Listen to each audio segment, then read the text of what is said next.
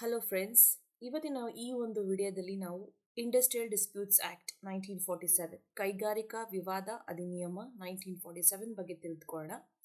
ಮೊದಲಿಗೆ ಇದರ ಪ್ರಾಸ್ತಾವಿಕ ನುಡಿ, the preamble. So the preamble of the Industrial Disputes Act of 1947, they make provisions for the investigation and settlement of industrial disputes for certain purpose. So ಇದರಲ್ಲಿ ಮುಖ್ಯವಾಗಿ ನಾವು ಒಂದು ತನಿಖೆ ನಡೆಸುವಂಥದ್ದು, ಕೈಗಾರಿಕಾ ವಿವಾದದ ಇತ್ಯರ್ಥ ಮಾಡಿಕೊಳ್ಳುವಂತಹ ವಿಚಾರಗಳನ್ನು ನಾವು ಈ ಒಂದು ಕಾಯ್ದೆಯಲ್ಲಿ ನಾವು ನೋಡ್ಬೋದು. ಸೊ ಮೊದಲಿಗೆ ಫಾರ್ ಸರ್ಟನ್ ಪರ್ಪಸ್, ಕೆಲವೊಂದು ವಿಚಾರಕ್ಕೆ ಅಂತ ಬಂದಾಗ ಇಲ್ಲಿ ಇರುವಂತಹ ಒಂದು ಉದ್ದೇಶ ಇರುವಂಥದ್ದು ಕೈಗಾರಿಕಾ ವಿವಾದಗಳನ್ನು ತಡೆಯುವಂಥದ್ದು. ಹಾಗಾಗಿ ಇದರಲ್ಲಿ ಮುಖ್ಯವಾಗಿ ಎರಡು ಕಾರ್ಯಗಳನ್ನು ನಾವು ನೋಡ್ಬೋದಾಗಿದೆ ಈ ಒಂದು ವಿವಾದ ಇತ್ಯರ್ಥಕ್ಕಾಗಿ. ಒಂದು ಕಾರ್ಯಕಾರಿ ಸಮಿತಿಯ ಸ್ಥಾಪನೆ, ಮತ್ತೊಂದು ಕೈಗಾರಿಕಾ ನ್ಯಾಯಾಧೀಕರಣಗಳ ಒಂದು ಸ್ಥಾಪನೆ. ಸೊ ಈ ಕಾಯ್ದೆಯ ಮುಖ್ಯ ಉದ್ದೇಶಗಳೇನು? What are the objectives? One is to provide for prevention of industrial disputes through works committee. So ಈಗಾಗಲೇ ಹೇಳಿರೋ ಹಾಗೆ ಕಾರ್ಯಕಾರಿ ಸಮಿತಿ ಅನ್ನೋದೇನಿದೆ ಅದು ಒಂದು ಕೈಗಾರಿಕಾ ವಿವಾದನ ತಡೆಗಟ್ಟುವ ಒಂದು ಉದ್ದೇಶವನ್ನು ಹೊಂದಿರುತ್ತೆ. ಹಾಗಾಗಿ ಆ ಕೈಗಾರಿಕಾ ವಿವಾದಗಳನ್ನ ಇತ್ಯರ್ಥ ಮಾಡುವುದಕ್ಕೆ ಮತ್ತು ಅದನ್ನು ತಡೆಗಟ್ಟುವುದಕ್ಕೆ ಕಾರ್ಯಕಾರಿ ಸಮಿತಿಯ ಒಂದು ರಚನೆಯ ಉದ್ದೇಶ ಇಲ್ಲಿರುತ್ತೆ. ಜೊತೆಗೆ provide for investigating the industrial dispute through court of enquiry. ಇದಲ್ಲದೆ ವಿಚಾರಣಾ ನ್ಯಾಯಾಲಯದ ಒಂದು ತನಿಖೆಯ ಮಾಡುವ ಉದ್ದೇಶದಲ್ಲಿ ಕೈಗಾರಿಕಾ ವಿವಾದಗಳ ಬಗ್ಗೆನೂ ಕೂಡ ಇಲ್ಲಿ ನಾವು ಸ್ಥಾಪನೆಯನ್ನ ಮಾಡಿದ್ದೀವಿ. And provide for the settlement of industrial dispute through 3 tier system. So 3 ಹಂತಗಳಲ್ಲಿ ನಾವು ಈ ಕೈಗಾರಿಕಾ ವಿವಾದಗಳನ್ನ ಇತ್ಯರ್ಥ ಮಾಡೋದು. ಒಂದು, ಕೈಗಾರಿಕಾ ನ್ಯಾಯಾಲಯಗಳ ಮೂಲಕ, ಕೈಗಾರಿಕಾ ನ್ಯಾಯಾಧೀಕರಣಗಳ ಮೂಲಕ ಮತ್ತು ರಾಷ್ಟ್ರೀಯ ನ್ಯಾಯಾಧೀಕರಣಗಳ ಮೂಲಕ.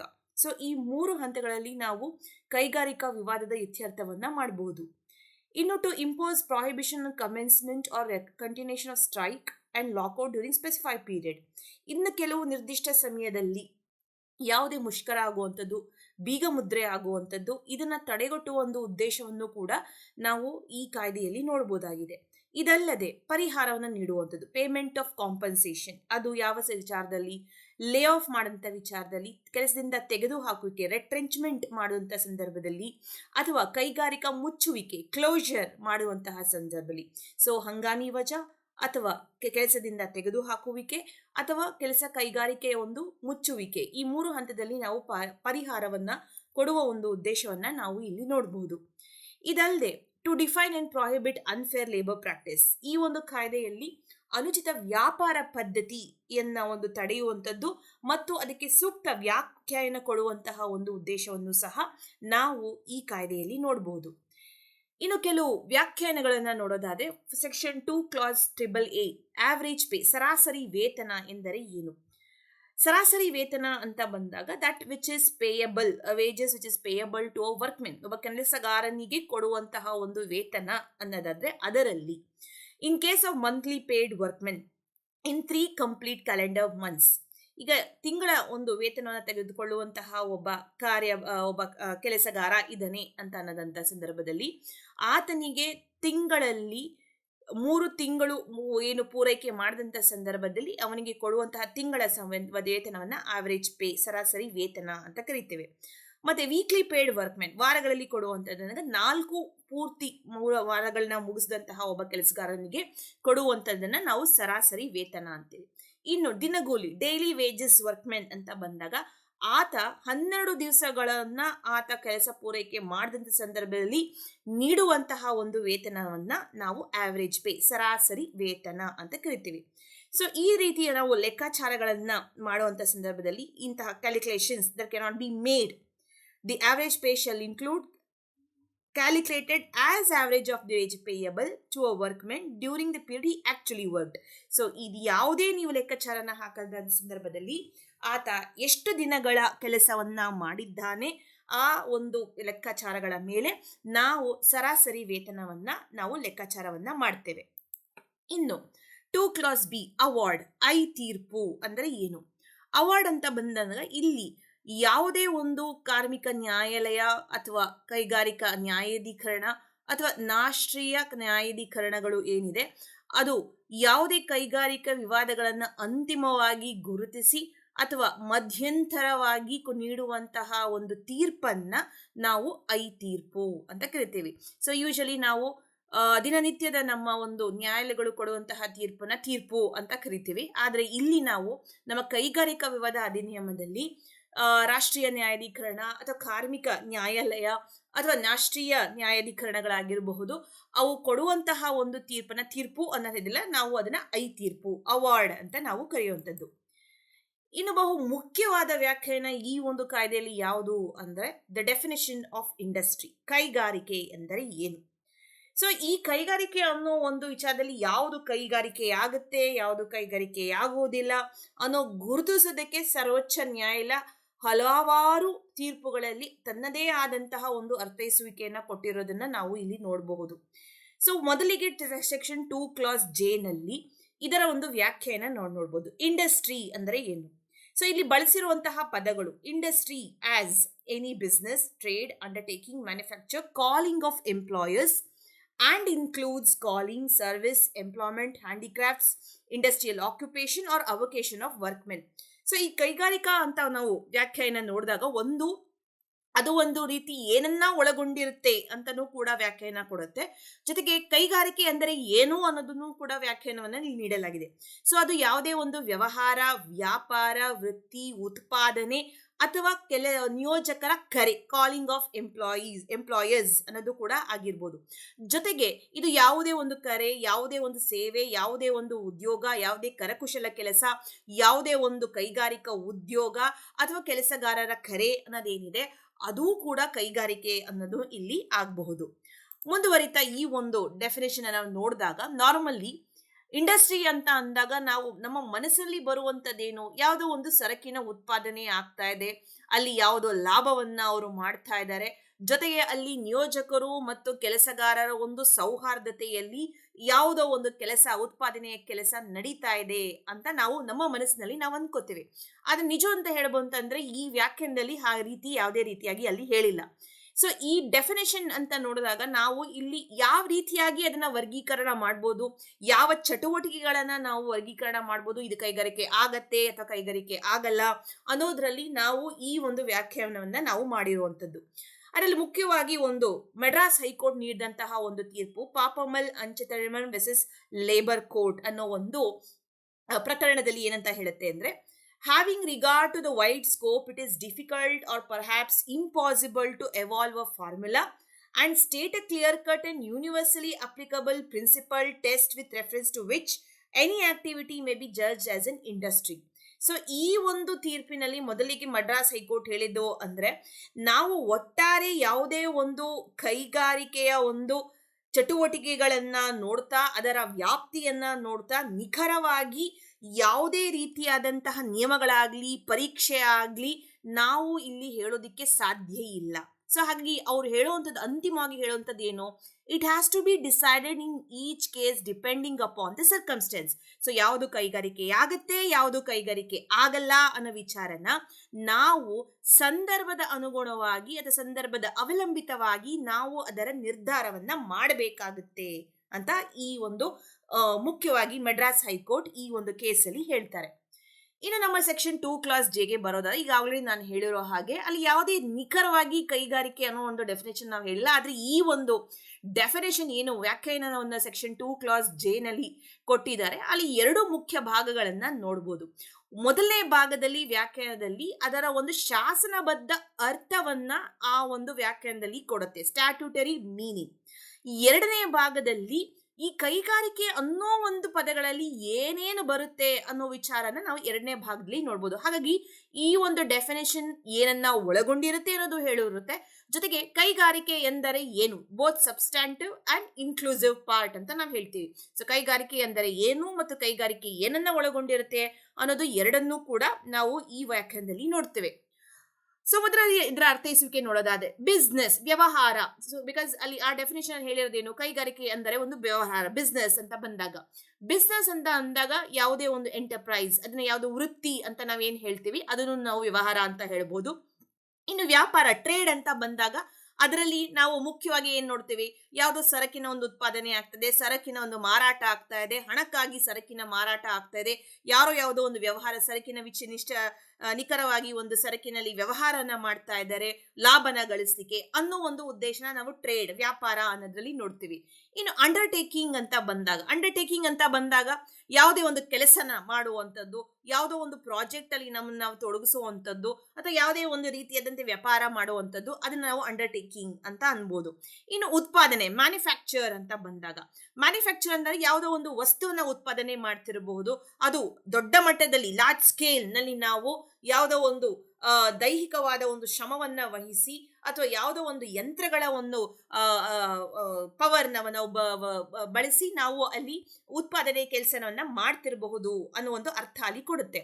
ಇನ್ನು ಕಾಲಿಂಗ್ ಆಫ್ ಎಂಪ್ಲಾಯರ್ಸ್ ಅಂತ ಬಂದಾಗ, ಕರೆ ಅಂತ ಬಂದಾಗ, ಯಾವುದೇ ಒಂದು ರೀತಿ ಒಂದು ಉದ್ಯೋಗದಲ್ಲಿ ಕೆಲಸಗಾರರನ್ನ ನಿಯೋಜಕರು ಕರೆಯುವಂಥದ್ದು ವ್ಯಾಪಾರಕ್ಕಾಗಿ ಅಥವಾ ಯಾವುದೇ ಒಂದು ವ್ಯವಹಾರಕ್ಕಾಗಿ ಅಥವಾ ಯಾವುದೇ ಒಂದು ವೃತ್ತಿಯ ಸಲುವಾಗಿ ಕರೆಯುವಂಥದ್ದನ್ನ ಅಥವಾ ಅವರ ಒಂದು ಕೆಲಸವನ್ನ ಪಡ್ಕೊಳ್ಳುವುದಕ್ಕೆ ಅದನ್ನ ನಾವು ಕಾಲಿಂಗ್ ಆಫ್ ಎಂಪ್ಲಾಯರ್ಸ್ ಅಂತ ಕರಿತೀವಿ. ಇನ್ನು ಎಂಪ್ಲಾಯ್ಮೆಂಟ್ ಅಂತ ಬಂದಾಗ it is a contract of service between employer and employee. So ಈ ಕೈಗಾರಿಕೆಯಲ್ಲಿ ನಾವು ನಿಯೋಜಕ ಮತ್ತು ನೌಕರರ ಸಂಬಂಧ ಅಂತ ಬಂದಾಗ ಆ ಸಂಬಂಧ ಒಂದು ಕರಾರಿನ ಮೂಲಕ, ಕಾಂಟ್ರಾಕ್ಟ್ ಆಫ್ ಸರ್ವಿಸ್, ಸೇವೆಯ ಒಂದು ಕರಾರಿನ ಮೂಲಕ ಅದು ಬರುತ್ತೆ ಅಂತ ನಾವು ಇಲ್ಲಿ ಎಂಪ್ಲಾಯ್ಮೆಂಟ್ ಅನ್ನೋ ಒಂದು ಪದ ಬಳಸಿರುವಂಥದ್ದು.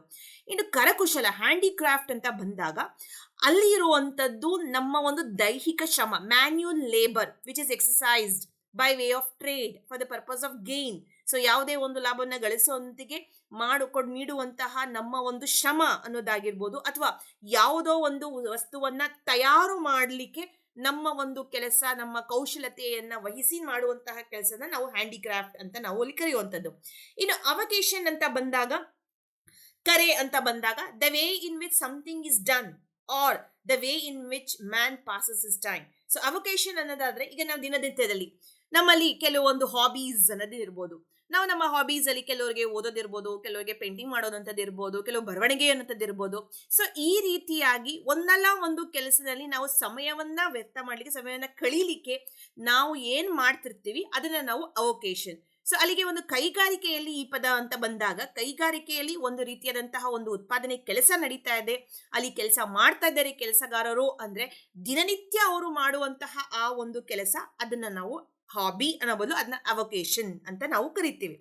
ಇನ್ನು ಉದ್ಯೋಗ ಆಕ್ಯುಪೇಷನ್ ಅಂತ ಬಂದಾಗ, so what is not amount to avocation may be a occupation. So ಯಾವುದು ನಿಮ್ಮ ಒಂದು ದಿನನಿತ್ಯದ ಚಟುವಟಿಕೆ, ಹಾಬಿ ಅಂತ ಅನ್ನೋದಿಲ್ವೋ ಅದು ನಿಮ್ಮ ದಿನನಿತ್ಯದ ಕೆಲಸ ಅಂತ ಆಗಿದ್ರೆ ಅದು ನಿಮ್ಮ ಉದ್ಯೋಗ ಆಗಿರುತ್ತೆ.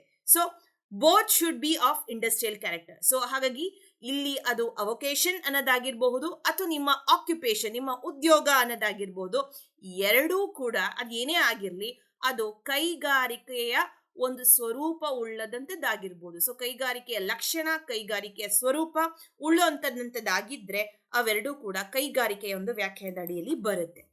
ಇಲ್ಲಿ ಒಂದು ಮುಖ್ಯವಾದಂತ ಪ್ರಶ್ನೆ ಬರುತ್ತೆ. ಕೈಗಾರಿಕೆ ಅಂತ ಬಂದಾಗ ಯಾವುದು ಕೈಗಾರಿಕೆಯಾಗುತ್ತೆ, ಕೈಗಾರಿಕೆಯಾಗುವುದಿಲ್ಲ ಅಂತ ಬಂದಾಗ ಮೊದಲನೇ ಪ್ರಶ್ನೆ ಬಂದಂಥದ್ದು municipal corporation whether it is an industry.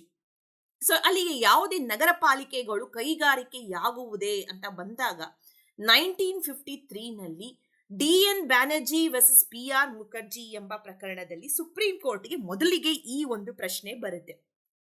So ಇದರಲ್ಲಿ ಬಂದಂತ ಪ್ರಶ್ನೆ ಏನು, ಈ ನಗರ ಪಾಲಿಕೆಗಳಲ್ಲಿ ನಡೆಯುವಂತಹ ಒಂದು ಏನು ಕೆಲಸ ಇದೆ ಅದು ಒಂದು ನಮ್ಮ ಈ ಕೈಗಾರಿಕೆಯನ್ನ ನಾವನ್ನ ಇಂಡಸ್ಟ್ರಿ ಅಂತ ಕರಿಬಹುದಾ, ಆ ಎಲ್ಲಾ ಚಟುವಟಿಕೆಗಳನ್ನ ಕೈಗಾರಿಕಾ ಚಟುವಟಿಕೆಗಳು ಅಂತ ನಾವು ಕರಿಬಹುದಾ ಅಂತ. ಸೊ ಈ ಕೇಸಲ್ಲಿ Budge municipality they dismiss certain employees, ಅಲ್ಲಿ ಕೆಲಸ ಮಾಡುವಂತಹ ಕೆಲವು ಗ್ರೂಪ್ ಡಿ ಎಂಪ್ಲಾಯಿಗಳನ್ನ ಅವರು ಕೆಲಸದಿಂದ ವಜಾ ಮಾಡಿಬಿಟ್ಟಿರ್ತಾರೆ. And the Municipal Workers Union, they challenged the dismissal order and they raised an industrial dispute which was referred to Industrial Tribunal. So ಅವರ ಈ ಒಂದು ವಜಾಗೊಳಿಸುವಿಕೆಯನ್ನ ಪ್ರಶ್ನೆ ಮಾಡ್ತಾ ಅವರು ಒಂದು ಕೈಗಾರಿಕೆ ವಿವಾದವನ್ನ ಕೈಗಾರಿಕಾ ನ್ಯಾಯಾಧಿಕರಣದ ಮುಂದೆ ಈ ಒಂದು ಕೇಸನ್ನ ಒಂದು ದಾಖಲೆ ಮಾಡ್ತಾರೆ. The tribunal held that municipal being run by the self government is not an industry and the dispute cannot be treated as an industrial dispute according to the act, that is Industrial Dispute Act.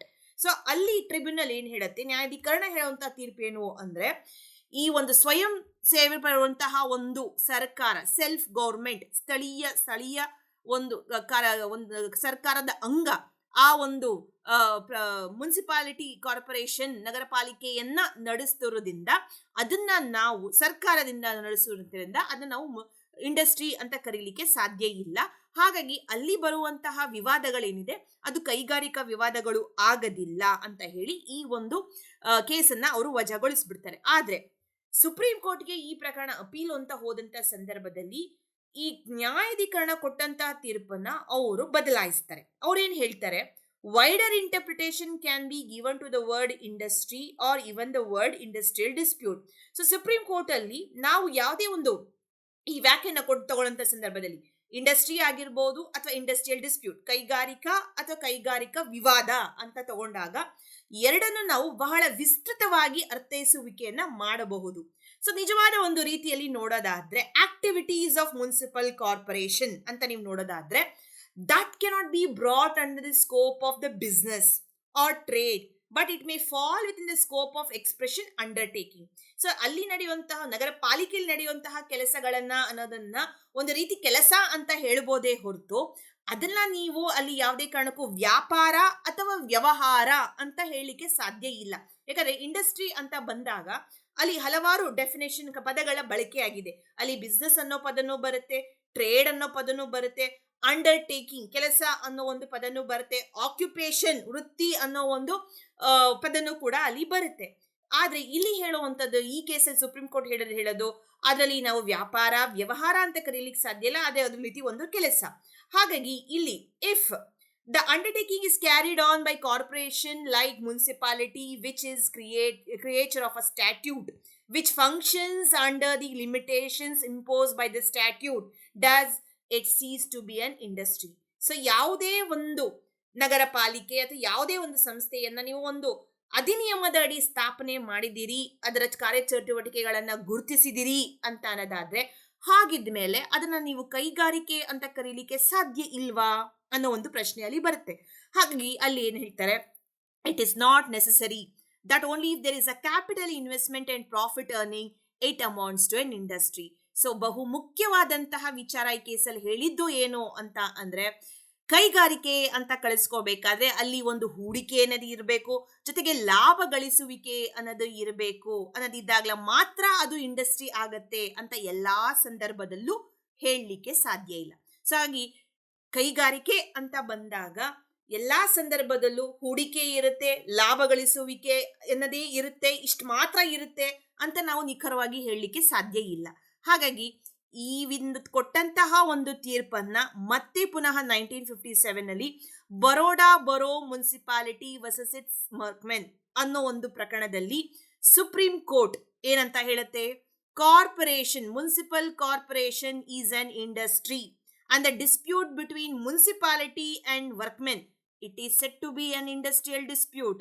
So ಹಿಂದೆ ಕೊಟ್ಟಂತಹ ಒಂದು ತೀರ್ಪಿನಲ್ಲಿ ಅದೇ ರೀತಿಯ ತದ್ರೂಪವಾಗಿ ಇದೇ ಒಂದು ಇನ್ನೊಂದು ಪ್ರಕರಣದಲ್ಲಿ ಬರೋಡಾ ಬರೋ municipality corporation supreme court municipal corporation ನ ಕೈಗಾರಿಕೆ ಅಂತ ಕರೆಯುತ್ತೆ. ಜೊತೆಗೆ ಅಲ್ಲಿ ಒಂದು ನಗರ ಪಾಲಿಕೆ ಮತ್ತು ಅವರ ಕೆಲಸಗಾರರ ನಡುವೆ ಬರುವಂತಹ ಒಂದು ಯಾವುದೇ ಒಂದು ವಿವಾದವನ್ನ ಕೈಗಾರಿಕಾ ವಿವಾದ ಆಗುತ್ತದೆ ಅಂತ ಇಲ್ಲಿ ತೀರ್ಪನ್ನ ಕೊಡುತ್ತೆ. ಇನ್ನು ಮತ್ತೊಂದು ಪ್ರಕರಣದಲ್ಲಿ corporation of the city of Nagpur versus it's employees.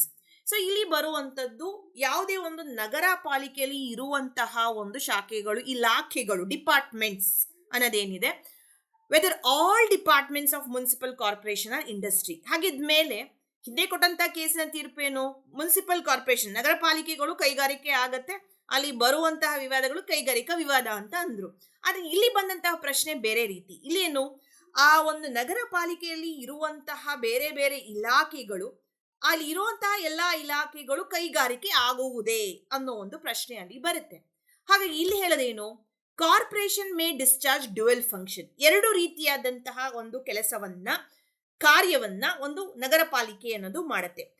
ಒಂದು ಶಾಸನಬದ್ಧ ಕೆಲಸಗಳು, ಸ್ಟ್ಯಾಟ್ಯೂಟರಿಲಿ ಎಂಟ್ರಸ್ಟೆಡ್ ಫಂಕ್ಷನ್, ಅಂದ್ರೆ ಯಾವ ಶಾಸನದ ಪ್ರಕಾರ ಅದು ಸ್ಥಾಪನೆ ಆಗಿರುತ್ತೆ ಅದಕ್ಕೆ ಕೊಟ್ಟಂತಹ ಅಧಿಕಾರ ಕಾರ್ಯ ಮಾಡಲಿಕ್ಕೆ ಕೊಡುವಂತಹ ಅಧಿಕಾರಗಳನ್ನ ಮಾಡಿದಾಗ ಅದು ಶಾಸನಬದ್ಧ ಕಾರ್ಯಗಳು ಅಂತ ಆಗತ್ತೆ.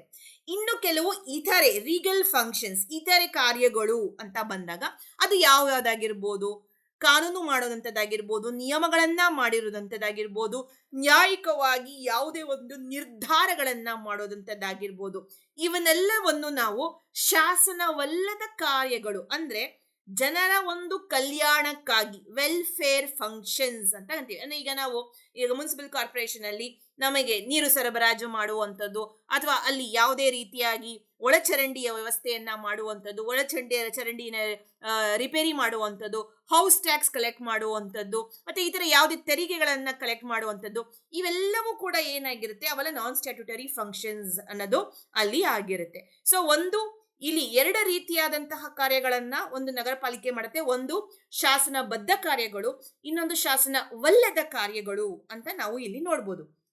ಮುಂದುವರಿತಾ is hospital and industry. So ಇಲ್ಲಿ ನಾನು ಹಿಂದೆ ಹೇಳಿದಂತಹ ಈ ಒಂದು ಕೇಸಲ್ಲಿ ನಾಗ್ಪುರ್ ವರ್ಸಸ್ ಇಟ್ಸ್ ಎಂಪ್ಲಾಯೀಸ್ ಅಂತ ಬಂದಾಗ, ಸೊ ಇಲ್ಲಿ ಬಂದಂತದ್ದೇನು, ಎಲ್ಲಾ ಇಲಾಖೆಗಳು ಕೈಗಾರಿಕೆ ಆಗುವುದಿಲ್ಲ.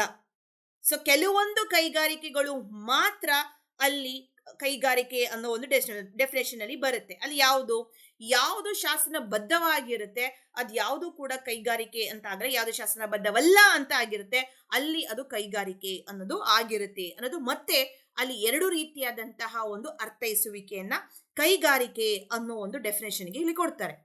ಇನ್ನು hospital is an industry. So ಇಲ್ಲಿ ಆಸ್ಪತ್ರೆ ಅಂತ ಬಂದಾಗ ಅದು ಕೈಗಾರಿಕೆ ಆಗುವುದೇ ಅಂತ ಬಂದಾಗ, ಈ ಒಂದು ಪ್ರಶ್ನೆ 1916 state of Bombay versus hospital Mazdoor ಸಭಾ ಅನ್ನೋ ಒಂದು ಪ್ರಕರಣದಲ್ಲಿ ಬರುತ್ತೆ. ಸೊ ಇದರಲ್ಲಿ ಬರೋದೇನು, ಪ್ರಶ್ನೆ ಏನು, whether the group of hospital run by ಅಪಲೆಂಟ್ಸ್ for the purpose of giving medical relief to citizens and for helping imparting medical education are an undertaking or not. So ಇಲ್ಲಿ ಯಾವುದೋ ಒಂದು ಆಸ್ಪತ್ರೆಗಳ ಗುಂಪು ಏನು ಒಂದು ವೈದ್ಯಕೀಯ ಪರಿಹಾರನ ಕೊಡೋ ಒಂದು ಉದ್ದೇಶವನ್ನ ಹೊಂದಿದೆ, ಜೊತೆಗೆ ವೈದ್ಯಕೀಯ ಶಿಕ್ಷಣ ನೀಡುವಂತಹ ಒಂದು ಉದ್ದೇಶನ ಹೊಂದಿದೆಯಲ್ಲ, ಸೊ ಅದು ಕೈಗಾರಿಕೆ ಆಗುವುದೇ ಅನ್ನೋ ಒಂದು ಪ್ರಶ್ನೆ ಅಲ್ಲಿ ಬಂದಿದೆ. ಇಲ್ಲಿ ಹೇಳೋದೇನು, if the hospital is run by private citizens for profit it would be an undertaking very much like trade business in the conventional sense. ಈಗ ಒಂದು ಆಸ್ಪತ್ರೆ ಅಂತ ಬಂದಾಗ ಎರಡು ರೀತಿ ನೋಡ್ತೀವಿ. ಒಂದು ನಾವು ಸರ್ಕಾರಿ ಆಸ್ಪತ್ರೆ ನೋಡ್ತೀವಿ, ಇನ್ನೊಂದು ಖಾಸಗಿ ವ್ಯಕ್ತಿಗಳು ಅಂದ್ರೆ ಪ್ರೈವೇಟ್ ಹಾಸ್ಪಿಟಲ್ಸ್ ಅಂತ ನಾವು ನೋಡ್ತೀವಿ. ಇಲ್ಲಿ ಹೇಳೋದೇನು, ಪ್ರೈವೇಟ್ ಹಾಸ್ಪಿಟಲ್ಸ್ ಅಂತ ಬಂದ್ರೆ ಅಲ್ಲಿ ಇನ್ವೆಸ್ಟ್ಮೆಂಟ್ಸ್ ಅಂತ ಇರುತ್ತೆ, ಲಾಭ ಗಳಿಸೋ ಉದ್ದೇಶ ಇರುತ್ತೆ, ಹಾಗಾಗಿ ಅದು ಒಂದು ಕೆಲಸ, ಅದು ವ್ಯಾಪಾರ, ಅದು ವ್ಯವಹಾರ, ಹಾಗಾಗಿ ಅದು ಕೈಗಾರಿಕೆ ಅಂತ ಹೇಳ್ತಾರೆ. ಜೊತೆಗೆ if a private citizen runs a hospital without charging any fees from the patients treated in it, it would nevertheless be an undertaking according to section 2 clause J. ಹಾಗೇನಾದ್ರೂ ನೀವು ಉಚಿತವಾಗಿ ವೈದ್ಯಕೀಯ ಸೇವೆಯನ್ನ ಕೊಡ್ತಾ ಇದ್ದೀರಿ, ಚಿಕಿತ್ಸೆಗಳನ್ನ ನೀವು ಕೊಡ್ತಾ ಇದ್ರಿ, ಯಾವುದೇ ಹಣವನ್ನ ತಗೊಳ್ಳದೆ ಉಚಿತವಾಗಿ ಕೊಡ್ತಿದ್ದೀರಿ ಅನ್ನೋದಾದ್ರೆ ಅದು ಒಂದು ಸೆಕ್ಷನ್ 2 clause J ನಲ್ಲಿ ಕೈಗಾರಿಕೆ ಅನ್ನೋದು ಆಗುತ್ತೆ ಅಂತ ಅಲ್ಲಿ ಹೇಳ್ತಾರೆ. ಹಾಗಾಗಿ ಅವ್ರು ಹೇಳೋದೇನು, it is an activity which decides whether it attract section 2 clause J. So ಇಲ್ಲೂ ಕೂಡ ಸಂಪೂರ್ಣವಾಗಿ ಕೈಗಾರಿಕೆ ಆಗತ್ತೆ, ಕೈಗಾರಿಕೆ ಆಗಲ್ಲ ಅನ್ನೋ ವಿಚಾರವಾಗಿ ಸ್ಪಷ್ಟತೆ ಇಲ್ಲ. ಅವ್ರು ಹೇಳೋದಿಷ್ಟೇ, 2 clause J ನಲ್ಲಿ ಅದು ಬರಬೇಕು, ಕೈಗಾರಿಕೆ ಆಗ್ಬೇಕು ಅಂತ ಹೇಳೋದಾದ್ರೆ ಅಲ್ಲಿ ನಡೆಯುವಂತಹ ಚಟುವಟಿಕೆ ಯಾವ ರೀತಿಯದ್ದು, again it is about circumstances, ಸಂದರ್ಭಗಳು, ಅಲ್ಲಿ ನಡೆಯುವಂತಹ ಒಂದು ಚಟುವಟಿಕೆ ಯಾವ ರೀತಿ, ಅದರ ಅನುಗುಣವಾಗಿ ನಾವು ಅದನ್ನ ಕೈಗಾರಿಕೆ ಅಂತ ಸೆಕ್ಷನ್ 2 clause J ನಲ್ಲಿ ಕರಿತೇವೆ. ಸೊ ಈ ತೀರ್ಪಲ್ಲಿ ಹೇಳ್ಕೊಳ್ಬೇಕಾದಿಷ್ಟೇ, ಒಂದು ಉಚಿತ ಸೇವೆಯಲ್ಲಿ ಮಾಡುವಂತಹ ಒಂದು ಕೈಗಾರಿಕೆ ಅಂತ ಹೇಳೋದಾದ್ರೆ ಅಲ್ಲಿ ಯಾವುದೇ ಲಾಭದ ಉದ್ದೇಶ ಇರೋದಿಲ್ಲ, ಅಲ್ಲಿ ಯಾವುದೇ ಒಂದು ಶುಲ್ಕನ ಅವ್ರು ತಗೋತಾರಲ್ಲ, ಉಚಿತವಾಗಿ ಸೇವೆನ ಕೊಡ್ತಿರ್ತಾರೆ, ಹಾಗಾಗಿ ಅದು ಕೈಗಾರಿಕೆ ಆಗತ್ತೆ. ಆದ್ರೆ ಅಲ್ಲಿ ಯಾವುದು ಒಂದು ಖಾಸಗಿ ಆಸ್ಪತ್ರೆಗಳು ಅಲ್ಲಿ ಏನೇ ಒಂದು ಚಿಕಿತ್ಸೆನ ಕೊಡುವಂಥದ್ದಾಗಿರಬಹುದು, ಅಥವಾ ಯಾವುದೇ ವೈದ್ಯಕೀಯ ಶಿಕ್ಷಣ ಕೊಡುವಂಥದ್ದಾಗಿರ್ಬೋದು, ಅದನ್ನ ಅವರು ನಡೆಸ್ತಾ ಇದ್ದಾರೆ, ಖಾಸಗಿ ವ್ಯಕ್ತಿ ನಡೆಸ್ತಾ ಇದ್ದಾರೆ ಅಂತ ಅನ್ನೋದಾದ್ರೆ ಅಲ್ಲಿ ಹೂಡಿಕೆ ಅನ್ನೋದಿರುತ್ತೆ, ಲಾಭದ ಉದ್ದೇಶ ಇರುತ್ತೆ, ಹಾಗಾಗಿ ಅದು ಕೂಡ ಅಲ್ಲಿ ಕೈಗಾರಿಕೆ ಆಗುತ್ತೆ ಅನ್ನೋದನ್ನ ಈ ಕೇಸಲ್ಲಿ ಹೇಳ್ತಾರೆ. ಇನ್ನು management of Safdarjung hospital versus Kuldeep Singh Sethi. So ಇದು ಕೂಡ ಹಿಂದೆ ನೀಡಿದಂತ ಹಾಸ್ಪಿಟಲ್ ಮಜ್ದೂರ್ ಸಭಾ ಕೇಸನ್ನ ತಳ್ಳಿ ಹಾಕಿ ಓವರ್ ರೂಲ್ ಮಾಡಿ ಬೇರೆ ರೀತಿಯಾಗಿ ಸೆಕ್ಷನ್ 2 clause J ಗೆ ಇಲ್ಲಿ ಒಂದು ಅರ್ಥೈಸುವಿಕೆಯನ್ನ ಸರ್ವೋಚ್ಚ ನ್ಯಾಯಾಲಯ ಕೊಡ್ತಾರೆ. ಸೊ ಇಲ್ಲಿ ಹೇಳೋದು ಇಷ್ಟೇ, if a hospital, nursing home, dispensary is running a business in commercial way, elements of industry may be found there. So ಈಗ ಆಲ್ರೆಡಿ ಹೇಳದಂಗೆ ಇಲ್ಲಿ ಹೇಳೋದು ಒಂದೇ ವಿಚಾರ, ಯಾವುದೇ ಒಂದು ಹಾಸ್ಪಿಟಲ್ ಆಗಿರ್ಬೋದು, ನರ್ಸಿಂಗ್ ಹೋಮ್ಗಳಾಗಿರ್ಬೋದು, ಅಥವಾ ಯಾವುದೇ ಒಂದು ವೈದ್ಯಕೀಯ ಕ್ಲಿನಿಕ್ಗಳಾಗಿರಬಹುದು, ಸೊ ಅವರು ಏನಾದ್ರೂ ಒಂದು ವ್ಯವಹಾರಿಕ ರೂಪದಲ್ಲಿ ಹೂಡಿಕೆ ಮಾಡ್ತಾ ಲಾಭ ಗಳಿಸ್ಬೇಕು ಅನ್ನೋ ಒಂದು ಉದ್ದೇಶದಲ್ಲಿ ಅವ್ರು ಅದನ್ನ ನಡೆಸ್ತಾ ಇದ್ದಾರೆ ಅಂದ್ರೆ ಅವೆಲ್ಲವೂ ಕೂಡ ಕೈಗಾರಿಕೆ ಇರುವ ಲಕ್ಷಣಗಳನ್ನ ಅವು ಹೊಂದಿರುತ್ತೆ. ಹಾಗಾಗಿ ಅವೆಲ್ಲ ಕೈಗಾರಿಕೆ. ಆದರೆ hospital run by government and even by private citizen, not a commercial line but on charitable line or as a part of function of government department of health can not be included in the definition of industry.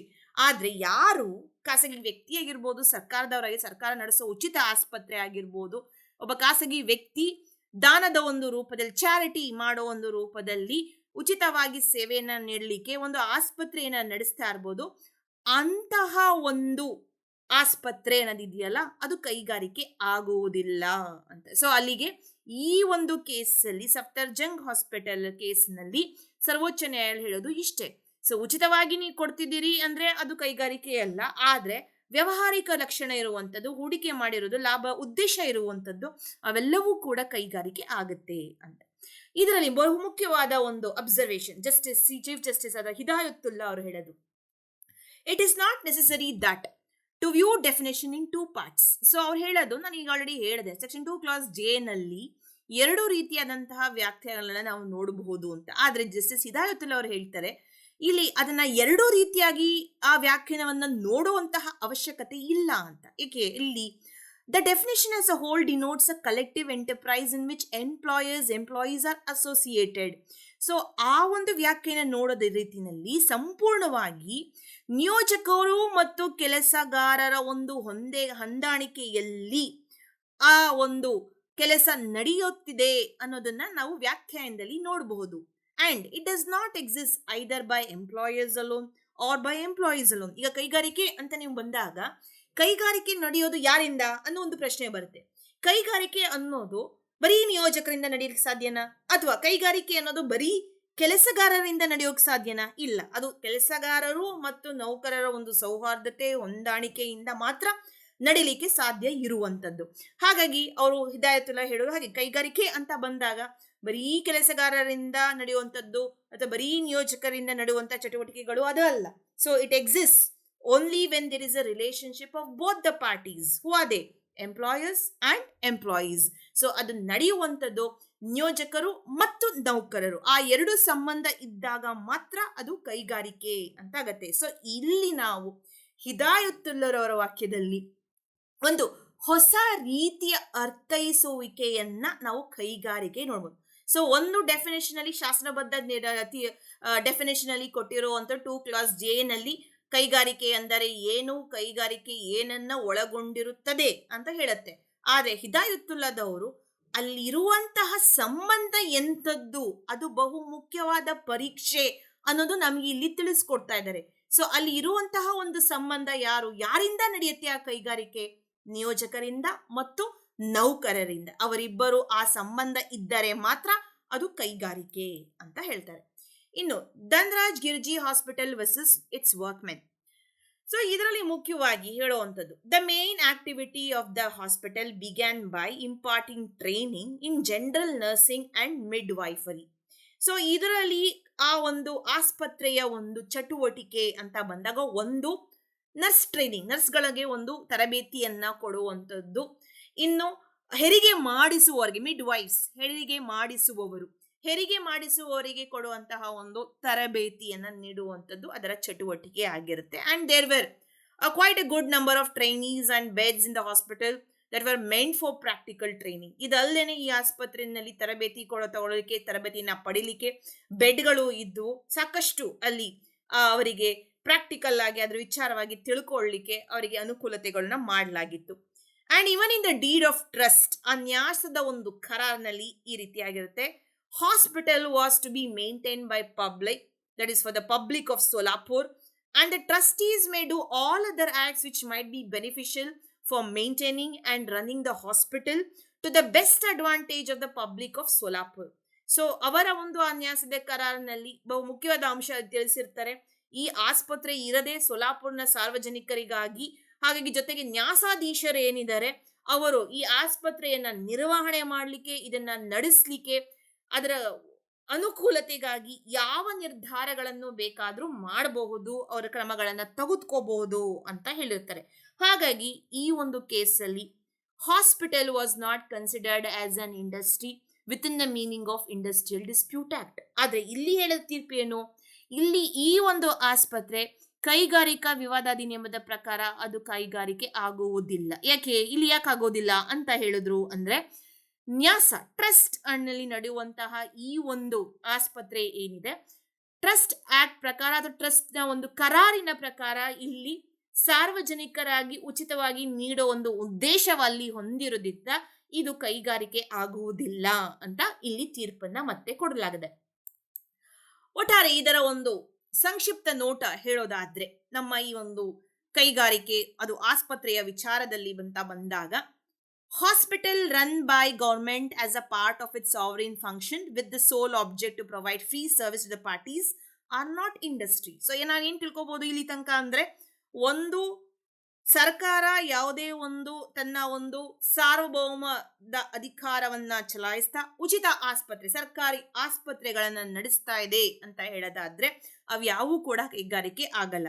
ಆದ್ರೆ ಯಾವುದೇ ಒಬ್ಬ ಖಾಸಗಿ ವ್ಯಕ್ತಿ ಅಥವಾ ಯಾವುದೇ ಸಾರ್ವಜನಿಕರಲ್ಲಿ ಯಾವುದೋ ಒಂದು ದಾನದ ಒಂದು ಉದ್ದೇಶಕ್ಕಾಗಿ ಅಲ್ಲಿ ಒಂದು ಕೈಗಾರಿಕೆಯನ್ನ ನಡೆಸ್ತಾ ಇದ್ದಾನೆ ಅಂತ ಒಂದು ಸಂದರ್ಭ ಬಂದಾಗ ಅದು ಕೈಗಾರಿಕೆ ಆಗತ್ತೆ ಅಥವಾ ಕೈಗಾರಿಕೆ ಆಗದಿಲ್ವಾ ಅಂತ ನಿರ್ಧಾರ ಮಾಡಬೇಕಾದ್ರೆ ನಾವು Bangalore water supply versus A Rajappa ಅನ್ನೋ ಪ್ರಕರಣದಲ್ಲಿ ನೀಡಿದಂತಹ ತ್ರಿಪದಿ ಪರೀಕ್ಷೆಯನ್ನ ಅಲ್ಲಿ ಅನ್ವಯ ಮಾಡಬೇಕಾಗತ್ತೆ. ಸೊ ಅಲ್ಲಿ ನಾವು ನೋಡ್ಬೇಕಾಗಿದೆ, ಈ ಮುಂಬರುವ ನಮ್ಮ ಒಂದು ಸ್ಲೈಡ್ ಅಲ್ಲಿ ನಾವು ಆ ಕೇಸನ್ನ ಡಿಸ್ಕಸ್ ಮಾಡ್ತೀವಿ, Bangalore water supply versus A Rajappa. ಅದಕ್ಕೂ ಮುಂಚೆ ಇನ್ನು ಕೆಲವೊಂದು ಪ್ರಕರಣಗಳನ್ನ ನಾವು ಇಲ್ಲಿ ನೋಡೋಣ. Is education institution and industry, ಯಾವುದೇ ಒಂದು ಶಿಕ್ಷಣ ಸಂಸ್ಥೆ ಕೈಗಾರಿಕೆ ಆಗುವುದೇ? 1963 ನಲ್ಲಿ ಮೊದಲಿಗೆ university of Delhi versus Ramnath ಅನ್ನೋ ಒಂದು ಪ್ರಕರಣದಲ್ಲಿ ಈ ಒಂದು ಪ್ರಶ್ನೆ ಬರುತ್ತೆ. ಇಲ್ಲಿ ಎರಡು ಮುಖ್ಯ ಅಪೀಲ್ನ ವಿಶೇಷ ಅನುಮತಿ ಅರ್ಜಿ, special leave petition under article 136 of the constitution. So ಅಲ್ಲಿ ಈ ಒಂದು ವಿಶೇಷ ಅನುಮತಿ ಅರ್ಜಿ ಯಾಕೆ ಹಾಕ್ತೀವಿ? ಯಾವುದೇ ಒಂದು ಪ್ರಕರಣದಲ್ಲಿ ಕಾನೂನಿನ ಪ್ರಶ್ನೆ ಇದೆ ಅಂತ ಹೇಳಿದಾಗ ನಾವು ಅಲ್ಲಿ ಸುಪ್ರೀಂ ಕೋರ್ಟ್ ಅಲ್ಲಿ ಆರ್ಟಿಕಲ್ 136 ಸಂವಿಧಾನದಲ್ಲಿ ನಾವು ವಿಶೇಷ ಅನುಮತಿ ಅರ್ಜಿಯನ್ನ ಸಲ್ಲಿಸ್ತೀವಿ, ಇದನ್ನ ಅಲೋ ಮಾಡಲಾಗಿರುತ್ತೆ. ಸೊ ಅದರಲ್ಲಿ ಒಂದು ಅರ್ಜಿ university of Delhi and principal Miranda House university ಅವರು ಅಲ್ಲಿ ವಿರುದ್ಧ ಅಲ್ಲಿ ಕ್ರಮನ ತೆಗೆದುಕೊಳ್ಳಿಕ್ಕೆ ಅಲ್ಲಿ ಅವರು ಅರ್ಜಿಯನ್ನ ನೀಡಲಾಗಿರುತ್ತೆ. ಇದರಲ್ಲಿ Miranda House university college for women by 2 of their employees at Ramnath and Asghar Masiha under section 33 clause 2 of the act. ಅದರಲ್ಲಿ ನಡೆದಂತಹ ಒಂದು ಹೂಡಿದಂತಹ ಪ್ರಕರಣ, ಇಬ್ಬರು ವ್ಯಕ್ತಿಗಳು ರಾಮನಾಥ್ ಅಂಡ್ ಅಸ್ಗರ್ ಮಸೀಹಾ ಅನ್ನೋರು ಸೆಕ್ಷನ್ 33 ಕ್ಲಾಸ್ 2 ಕೈಗಾರಿಕಾ ಅಧಿನಿಯಮದಲ್ಲಿ ನಿಮ್ಮ ಒಂದು ಕೈಗಾರಿಕಾ ವಿವಾದ ಉಂಟಾದಾಗ ಅರ್ಜಿ ಸಲ್ಲಿಸುವಂತಹ ಅಧಿಕಾರವನ್ನ ಅಲ್ಲಿ ನಾವು ಆ ಸೆಕ್ಷನ್ ಅಲ್ಲಿ ನೋಡಬಹುದು. ಆ ಕ್ಲೇಮ್ ಅದ ಅವರು ಮಾಡಿರ್ತಾರೆ. ಸೊ ಈ ಒಂದು ಕ್ಲೇಮ್ ಏನು ಅಂತ ಅಂದಾಗ, it was mainly against appellant number 1, ನಮ್ಮ ಅಪೀಲುದಾರರು 1, ಯೂನಿವರ್ಸಿಟಿ ಆಫ್ ಡೆಲ್ಲಿ ಅವರು ಏನಿದ್ದಾರೆ ಅಪೀಲುದಾರರು 1, ಅವರ ವಿರುದ್ಧ ಈ ಕ್ಲೇಮ್ ಆಗಿರುತ್ತೆ. ಏನದು ಈ ಪ್ರಕರಣದಲ್ಲಿ ಏನಾಗಿರುತ್ತೆ? Ramnath case here it was that he had been employed as a driver by appellant number 2. So ಅಲ್ಲಿ ಅಪೆಲೆಂಟ್ ನಂಬರ್ 2 ಯಾರು? ಮಿರಾಂಡಾ ಹೌಸ್ ಯೂನಿವರ್ಸಿಟಿ ಅವರು ರಾಮನಾಥ್ ಅವರನ್ನ ಡ್ರೈವರ್ ಆಗಿ ನೇಮಕ ಮಾಡಿರ್ತಾರೆ ಅಕ್ಟೋಬರ್ 1, 1949 ರಂದು. And he was served with notice on 1st May 1961. Since his service were no longer required, he would be discharged from his employment on payment of 1 month's salary in lieu of notice. So ಅವನಿಗೆ ಒಂದು notice ನ ಕೊಡ್ತಾರೆ. 1ನೇ ತಾರೀಕು ಮೇ 1961 ಇಂದ ಅವರ ಸೇವೆಯ ಅವಶ್ಯಕತೆ ಇರೋದಿಲ್ಲ, ಅವನ ಒಂದು ಕೆಲಸದಿಂದ ವಜಾ ಮಾಡಲಾಗಿದೆ, ಜೊತೆಗೆ 1 month ಸ್ಯಾಲರಿಯ ಒಂದು ನೋಟಿಸ್ ನ ಕೊಟ್ಟು ಅವನಿಗೆ ಕೇಸ್ನ ತೆಗೆದು ಹಾಕಿರ್ತಾರೆ. And inevitably, the service of Ramnath had to be retrenched, and so there was no dispute of the fact that retrenchment was genuine and there was no element of malafide nor any kind of unfair labor practice. So ಇಲ್ಲಿ ಕೆಲಸದ ಅವಶ್ಯಕತೆ ಇಲ್ಲ ಅನ್ನೋ ಉದ್ದೇಶದಲ್ಲಿ ಅವನ್ನ ತೆಗೆದು ಹಾಕಿರುವಂತದ್ದು, ಕೆಲಸದಿಂದ ತೆಗೆದು ಹಾಕುವಿಕೆಯನ್ನ ರಿಟ್ರೆಂಚ್ಮೆಂಟ್ ಅನ್ನ ಮಾಡಿರುವಂತದ್ದು. ಜೊತೆಗೆ ಇಲ್ಲಿ ಯಾವುದೇ ದುರುದ್ದೇಶ ಇಲ್ಲ, ಯಾವುದೇ ಅನುಚಿತ ವ್ಯಾಪಾರ ಪದ್ಧತಿನೂ ಕೂಡ ಅಲ್ಲಿ ಇರಲಿಲ್ಲ. So it was also common ground that if employees a workmen within the meaning of the act and the work carried on by appellant is an industry. So ಇಲ್ಲಿ ಎರಡು ಮತ್ತೆ ಮುಖ್ಯ ಪ್ರಶ್ನೆ ಬರುತ್ತೆ. ಒಂದು, ಈ ಒಬ್ಬ ಕೆಲಸಗಾರ ಯಾರು ಡ್ರೈವರ್ ಆಗಿ ನೇಮಕ ಆಗಿದ್ದಾನೆ ಅವನು ನಮ್ಮ ಈ ಒಂದು ಕೈಗಾರಿಕಾ ವಿವಾದ ಅಧಿನಿಯಮದ ಪ್ರಕಾರ ಕೆಲಸಗಾರ ಅನ್ನೋ ವ್ಯಾಖ್ಯಾನ ಅಡಿಯಲ್ಲಿ ಬರ್ತಾನ. ಜೊತೆಗೆ ಇಲ್ಲಿ ನಡೆಯುವಂತಹ ಒಂದು ಚಟುವಟಿಕೆ ಏನಿದೆ, ಯೂನಿವರ್ಸಿಟಿ ಅನ್ನೋದೇನಿದೆ, ಶಿಕ್ಷಣ ಸಂಸ್ಥೆ ಏನಿದೆ, ಅದು ಕೈಗಾರಿಕೆ ಆಗುವುದೇ. ಸೊ ಅಲ್ಲಿ ಪ್ರಶ್ನೆ ಏನಕ್ಕೆ, ಇದು ಕೈಗಾರಿಕಾ ವಿವಾದ ಅಂತ ಕರೀಲಿಕ್ಕೆ ಅದು ಮೊದಲು ಕೈಗಾರಿಕೆ ಆಗಿರ್ಬೇಕು, ಹಾಗಾಗಿ ಅದು ಕೈಗಾರಿಕೆ ಆಗುವುದೇ ಅನ್ನೋ ಒಂದು ಪ್ರಶ್ನೆಯಲ್ಲಿ ಬರುತ್ತೆ. So the petition made by the respondent was assisted by appellant number 1 on the preliminary ground that appellant number 1 was not an employer according to 2 clause G and the work carried on by it was not an industry according to section 2 clause J and the application made under 33C clause 2 was incompetent. So ಇಲ್ಲಿ ಅವರ ಒಂದು ಪ್ರತಿರೋಧ, ಅಪೀಲುದಾರರ ಪ್ರತಿರೋಧ already ಮಾಡಿದ್ದಾರೆ. ಏನದು, ಪ್ರಾರಂಭಿಕವಾಗಿ ಮೇಲ್ನೋಟಕ್ಕೆ ನೋಡೋದಾದ್ರೆ, ಒಂದು, ನಾವು ಕೈಗಾರಿಕೆ ಅಲ್ಲ, ಇಲ್ಲಿರುವಂತಹ ವಿವಾದ ಕೈಗಾರಿಕಾ ವಿವಾದ ಅಲ್ಲ, ಯಾಕಂದ್ರೆ ಅವರು ನಿಯೋಜಕರು ಅಲ್ಲ. ಸೊ ಅವರು ಕೈಗಾರಿಕೆ ಅಲ್ಲ, ಕೈಗಾರಿಕಾ ವಿವಾದನೂ ಅಲ್ಲ, ಜೊತೆಗೆ ಸೆಕ್ಷನ್ 33 ಪ್ರಕಾರನೂ ಈ ಒಂದು ಅರ್ಜಿಯನ್ನ ಸಲ್ಲಿಸಲಿಕ್ಕೆ ಸಾಧ್ಯ ಇಲ್ಲ ಅನ್ನೋದು ಅವರ ವಾದ ಆಗಿರುತ್ತೆ. ಆದ್ರೆ ನ್ಯಾಯಾಧಿಕರಣ ಈ ಒಂದು ವಾದವನ್ನ ತಳ್ಳಿ ಹಾಕತ್ತೆ. ಅಲ್ಲಿ ಒಂದು ರೀತಿಯಾಗಿ ಪರಿಗಣಿಸದ್ದೇನು ಅಂತ ಅಂದ್ರೆ, ಎದುರುದಾರರ ಪರವಾಗಿ ತೀರ್ಪನ್ನ ನೀಡ್ತಾ ಅಪೀಲುದಾರರಿಗೆ ಒಂದು ನಿರ್ದೇಶನ ಕೊಡುತ್ತೆ. ಅವನಿಗೆ 1050 ರೂಪಾಯಿಯಷ್ಟು ಅವನ ಒಂದು ಕೆಲಸದಿಂದ ತೆಗೆದು ಹಾಕುವಿಕೆಯ ಪರಿಹಾರವನ್ನ ನೀಡಬೇಕು. ರೆಟ್ರೆಂಚ್ಮೆಂಟ್ ಕಾಂಪನ್ಸೇಷನ್ 1550 ರೂಪಾಯಿಯನ್ನ ಅವನಿಗೆ ರೆಟ್ರೆಂಚ್ಮೆಂಟ್ ಕಾಂಪನ್ಸೇಷನ್ ಆಗಿ ಕೊಡಬೇಕು ಅಂತ ನ್ಯಾಯಾಧೀಕರಣ ತೀರ್ಪನ್ನ ಕೊಡುತ್ತೆ. ಈ ಒಂದು ತೀರ್ಪನ್ನ ಪ್ರಶ್ನೆ ಮಾಡ್ತಾ ಸುಪ್ರೀಂ ಕೋರ್ಟ್ ಮುಂದೆ ಒಂದು ವಿಶೇಷ ಅನುಮತಿ ಅರ್ಜಿಯನ್ನ ಸಲ್ಲಿಸಲಾಗತ್ತೆ. ಹಾಗಾಗಿ ಇಲ್ಲಿ ಒಂದು ಏನು ಯಾವ ಆಧಾರದ ಮೇಲೆ ಪ್ರಶ್ನೆ ಮಾಡಲಾಯಿತು ಅಂತ ಬಂದಾಗ ಅಲ್ಲಿ ಬಂದ ಪ್ರಶ್ನೆ ಏನು ಅಂದ್ರೆ, ಅಪೀಲುದಾರರು 2 ಕ್ಲಾಸ್ J ಪ್ರಕಾರ ಅವರು ಕೈಗಾರಿಕೆ ಅಲ್ಲ. ಯಾಕಂದ್ರೆ ಇಲ್ಲಿ ಪ್ರಶ್ನೆ ಆಗಿದ್ದು ಬಂದದ್ದು ಎಲ್ಲಿಂದ, ಕೈಗಾರಿಕಾ ನ್ಯಾಯಾಧೀಕರಣದಿಂದ, ಟ್ರಿಬ್ಯುನಲ್ ಇಂದ. ಸೊ ಅವ್ರು ಹೇಳೋದಿಷ್ಟೇ, ನಾವು 2 ಕ್ಲಾಸ್ J ಪ್ರಕಾರ ನಾವು ಕೈಗಾರಿಕೆ ಅಲ್ಲ ಅನ್ನೋದು. ಸೊ ಸುಪ್ರೀಂ ಕೋರ್ಟ್ ಮುಂದೆ ಈ ಪ್ರಶ್ನೆ ಅಂತ ಬಂದಾಗ ಅಲ್ಲಿ considering section 2 class D, 2 class J and S together ಹೇಳದಂತದೇನು, it is clear that work of imparting education conducted by education institution like University of Delhi and the college run by it is not an industry according to 2 clause J. So ಅಲ್ಲಿ ನಾವು ಕೈಗಾರಿಕಾ ವಿವಾದ ಕೈಗಾರಿಕೆ ಅಂತ ನೋಡಿದಂಥ ಸಂದರ್ಭದಲ್ಲಿ, ವ್ಯಾಖ್ಯಾನ ನೋಡಿದಂಥ ಸಂದರ್ಭದಲ್ಲಿ, ಶಿಕ್ಷಣ ಸಂಸ್ಥೆ ಅದು ಯಾವುದೇ ವಿಶ್ವವಿದ್ಯಾಲಯ ಆಗಿರ್ಬೋದು ಅಥವಾ ವಿಶ್ವವಿದ್ಯಾಲಯದ ಅಧೀನದಲ್ಲಿ ಬರುವಂತಹ, ಇಲ್ಲಿ ನಮ್ಮ ಮಿರಾಂಡಾ ಕಾಲೇಜ್, ವುಮೆನ್ಸ್ ಕಾಲೇಜ್ ಅನ್ನೋದೇನಿದೆ ಅಧೀನದಲ್ಲಿ ಬರುವಂತಹ ಸಂಸ್ಥೆಗಳಾಗಿರ್ಬೋದು, ಅದು ಯಾವುದೂ ಕೂಡ ಕೈಗಾರಿಕೆ ಅನ್ನೋ ವ್ಯಾಖ್ಯಾನದ ಅಡಿಯಲ್ಲಿ ಬರಲ್ಲ, ಹಾಗೆ ಅದು ಕೈಗಾರಿಕೆ ಅಲ್ಲ.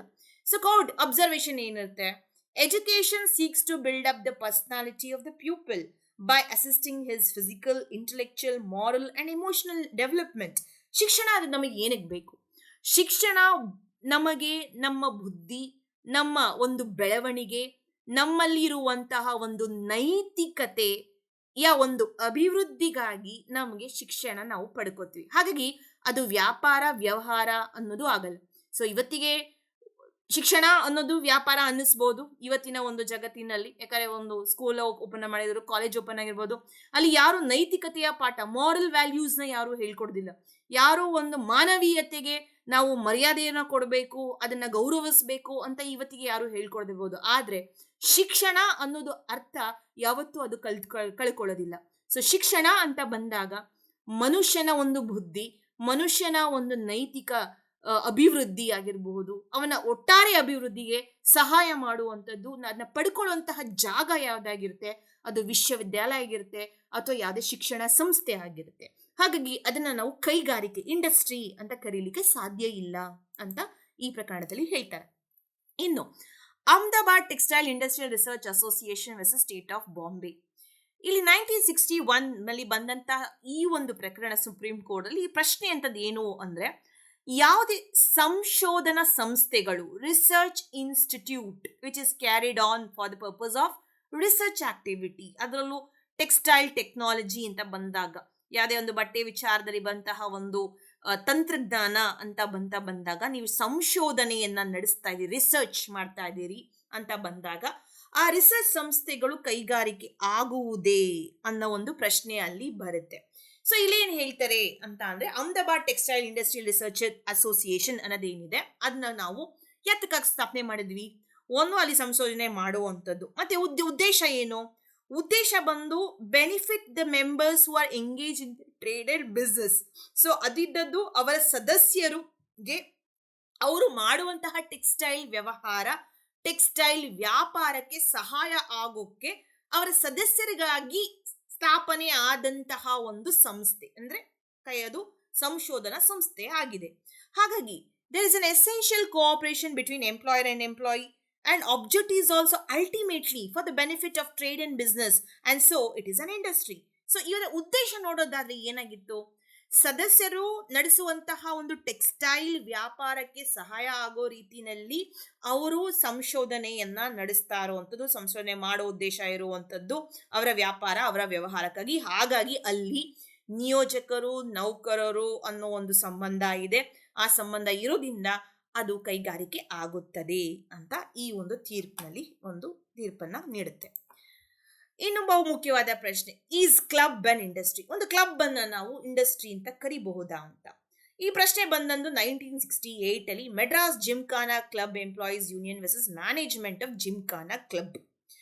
ಇದರಲ್ಲಿ ಹಿಂದೆ ಬಂದಂತಹ ಕೇಸ್ನಲ್ಲಿ ನಮ್ಮ ಒಂದು ಯೂನಿವರ್ಸಿಟಿ ಆಫ್ ಡೆಲ್ಲಿನಲ್ಲಿ ವಿಶೇಷ ಅನುಮತಿ ಅರ್ಜಿ, ಸ್ಪೆಷಲ್ ಲೀವ್ ಪೆಟಿಷನ್ ಅನ್ನೋ ಮೂಲಕ ಇಲ್ಲಿ ಟ್ರಿಬ್ಯುನಲ್ ಕೊಟ್ಟಂತಹ ಒಂದು ತೀರ್ಪಿನ ಮೇಲೆ ಪ್ರಶ್ನೆಯನ್ನ ಮಾಡಿದ್ದಾರೆ. ಇಲ್ಲಿ ಹೇಳುವಂಥದ್ದೇನು, management of Gymkhana club Madras they was not liable to pay any bonus for their workmen for the year 1962 because club is not an industry. So ಪ್ರಶ್ನೆ ಇದ್ದಿದ್ದೇನೆ, ಆ ಕ್ಲಬ್ ಅಲ್ಲಿ ಕೆಲಸ ಮಾಡುವಂತಹ ಕೆಲಸಗಾರರು ಅವರಿಗೆ ಬೋನಸ್ ಬಾಕಿ ಇದ್ದಂತಹ ವಿಚಾರದಲ್ಲಿ ಬೋನಸ್ ಅನ್ನ ಕ್ಲೈಮ್ ಮಾಡ್ತಾ ಅಲ್ಲಿ ಈ ಒಂದು ವಿಶೇಷ ಅನುಮತಿ ಅರ್ಜಿಯನ್ನ ಅಲ್ಲಿ ಸಲ್ಲಿಸಿದಂತ ಸಂದರ್ಭದಲ್ಲಿ 1962 ಒಂದು ವಾರ್ಷಿಕದ ಒಂದು ವರ್ಷದಲ್ಲಿ ಅವರಿಗೆ ಬೋನಸ್ ಅನ್ನ ನೀಡದೆ ಅದನ್ನ ಕ್ಲೈಮ್ ಮಾಡಿದಾಗ ಅಲ್ಲಿ ಅವ್ರು ಹೇಳೋದಿಷ್ಟೇ supreme court, it is not an industry. ಹಾಗಾಗಿ ಅದು ಕೈಗಾರಿಕಾ ವಿವಾದ ಆಗ್ಲಿಕ್ಕೆ ಸಾಧ್ಯ ಇಲ್ಲ. ಅಂಡ್ ಇಲ್ಲಿ ನೋಡೋದಾದ್ರೆ ಕ್ಲಬ್ ಅಂತ ಬಂದಾಗ that was a members club and membership of 1200. ಈ ಕ್ಲಬ್ ಅಲ್ಲಿ ಆಗ್ತಾ ಇದ್ದಿದ್ದಾದ್ರೂ ಏನು, ಅದು ಒಂದು ಸದಸ್ಯರು ಇರುವಂತಹ ಕ್ಲಬ್ಬು. ಸದಸ್ಯತ್ವವನ್ನ ಪಡ್ಕೊಂಡವರು ಎಷ್ಟು ಜನ ಇದ್ರು, 1200 ಜನ ಅಲ್ಲಿ ಇದ್ರು. ಉದ್ದೇಶ ಅಂತ ಬಂದಾಗ ಅಲ್ಲಿ ಅವರು ಇದ್ದಂತ ಉದ್ದೇಶ ಏನು, provide venue for the sports, games and facilities for recreation and entertainment, ಅವರ ಒಂದು ಮನೋರಂಜನೆಗಾಗಿ ಮತ್ತು ಅವರ ಆಟ ಆಡ್ಲಿಕ್ಕೆ ಕೊಡುವಂತಹ ಒಂದು ಜಾಗ, ಯಾವುದೇ ಒಂದು ಆಟ ಸ್ಪೋರ್ಟ್ಸ್ ಗೇಮ್ಸ್ ಆಡಬೇಕು ಅಂದಾಗ ಅವರಿಗೆ ಜಾಗದ ವ್ಯವಸ್ಥೆಯನ್ನ ಮಾಡುವಂಥದ್ದು, ಅವರ ಮನರಂಜನೆಗಾಗಿ ವ್ಯವಸ್ಥೆ ಮಾಡುವಂತ ಉದ್ದೇಶ ಅಲ್ಲಿ ಇತ್ತು. And as a part of its activity, it arranged dance, dinner and other parties and run catering department which provided food, refreshments generally and also for dinners and parties on special occasions. ಇದಲ್ದೇನೆ party ಕೂಡ arrange ಮಾಡ್ತಾ ಇದ್ರು. So ಅವರ ಸದಸ್ಯರುಗಳಿಗೆ ಯಾವುದೇ ಒಂದು ಸಮಾರಂಭದಲ್ಲಿ ನಡೆದಂತಹ ನೃತ್ಯಗಳ ಒಂದು ಮನರಂಜನೆ ಆಗಿರಬಹುದು, ಅವರಿಗೆ ಯಾವುದೇ ಆಹಾರ ನೀಡುವಂಥದ್ದು, ಜ್ಯೂಸ್ ಕೊಡುವಂಥದ್ದು, ಇದೆಲ್ಲನೂ ಕೂಡ ಅಲ್ಲಿ ಸೇವೆಯನ್ನ ಸದಸ್ಯರುಗಳಿಗೆ ಮಾಡ್ತಾ ಇದ್ರು.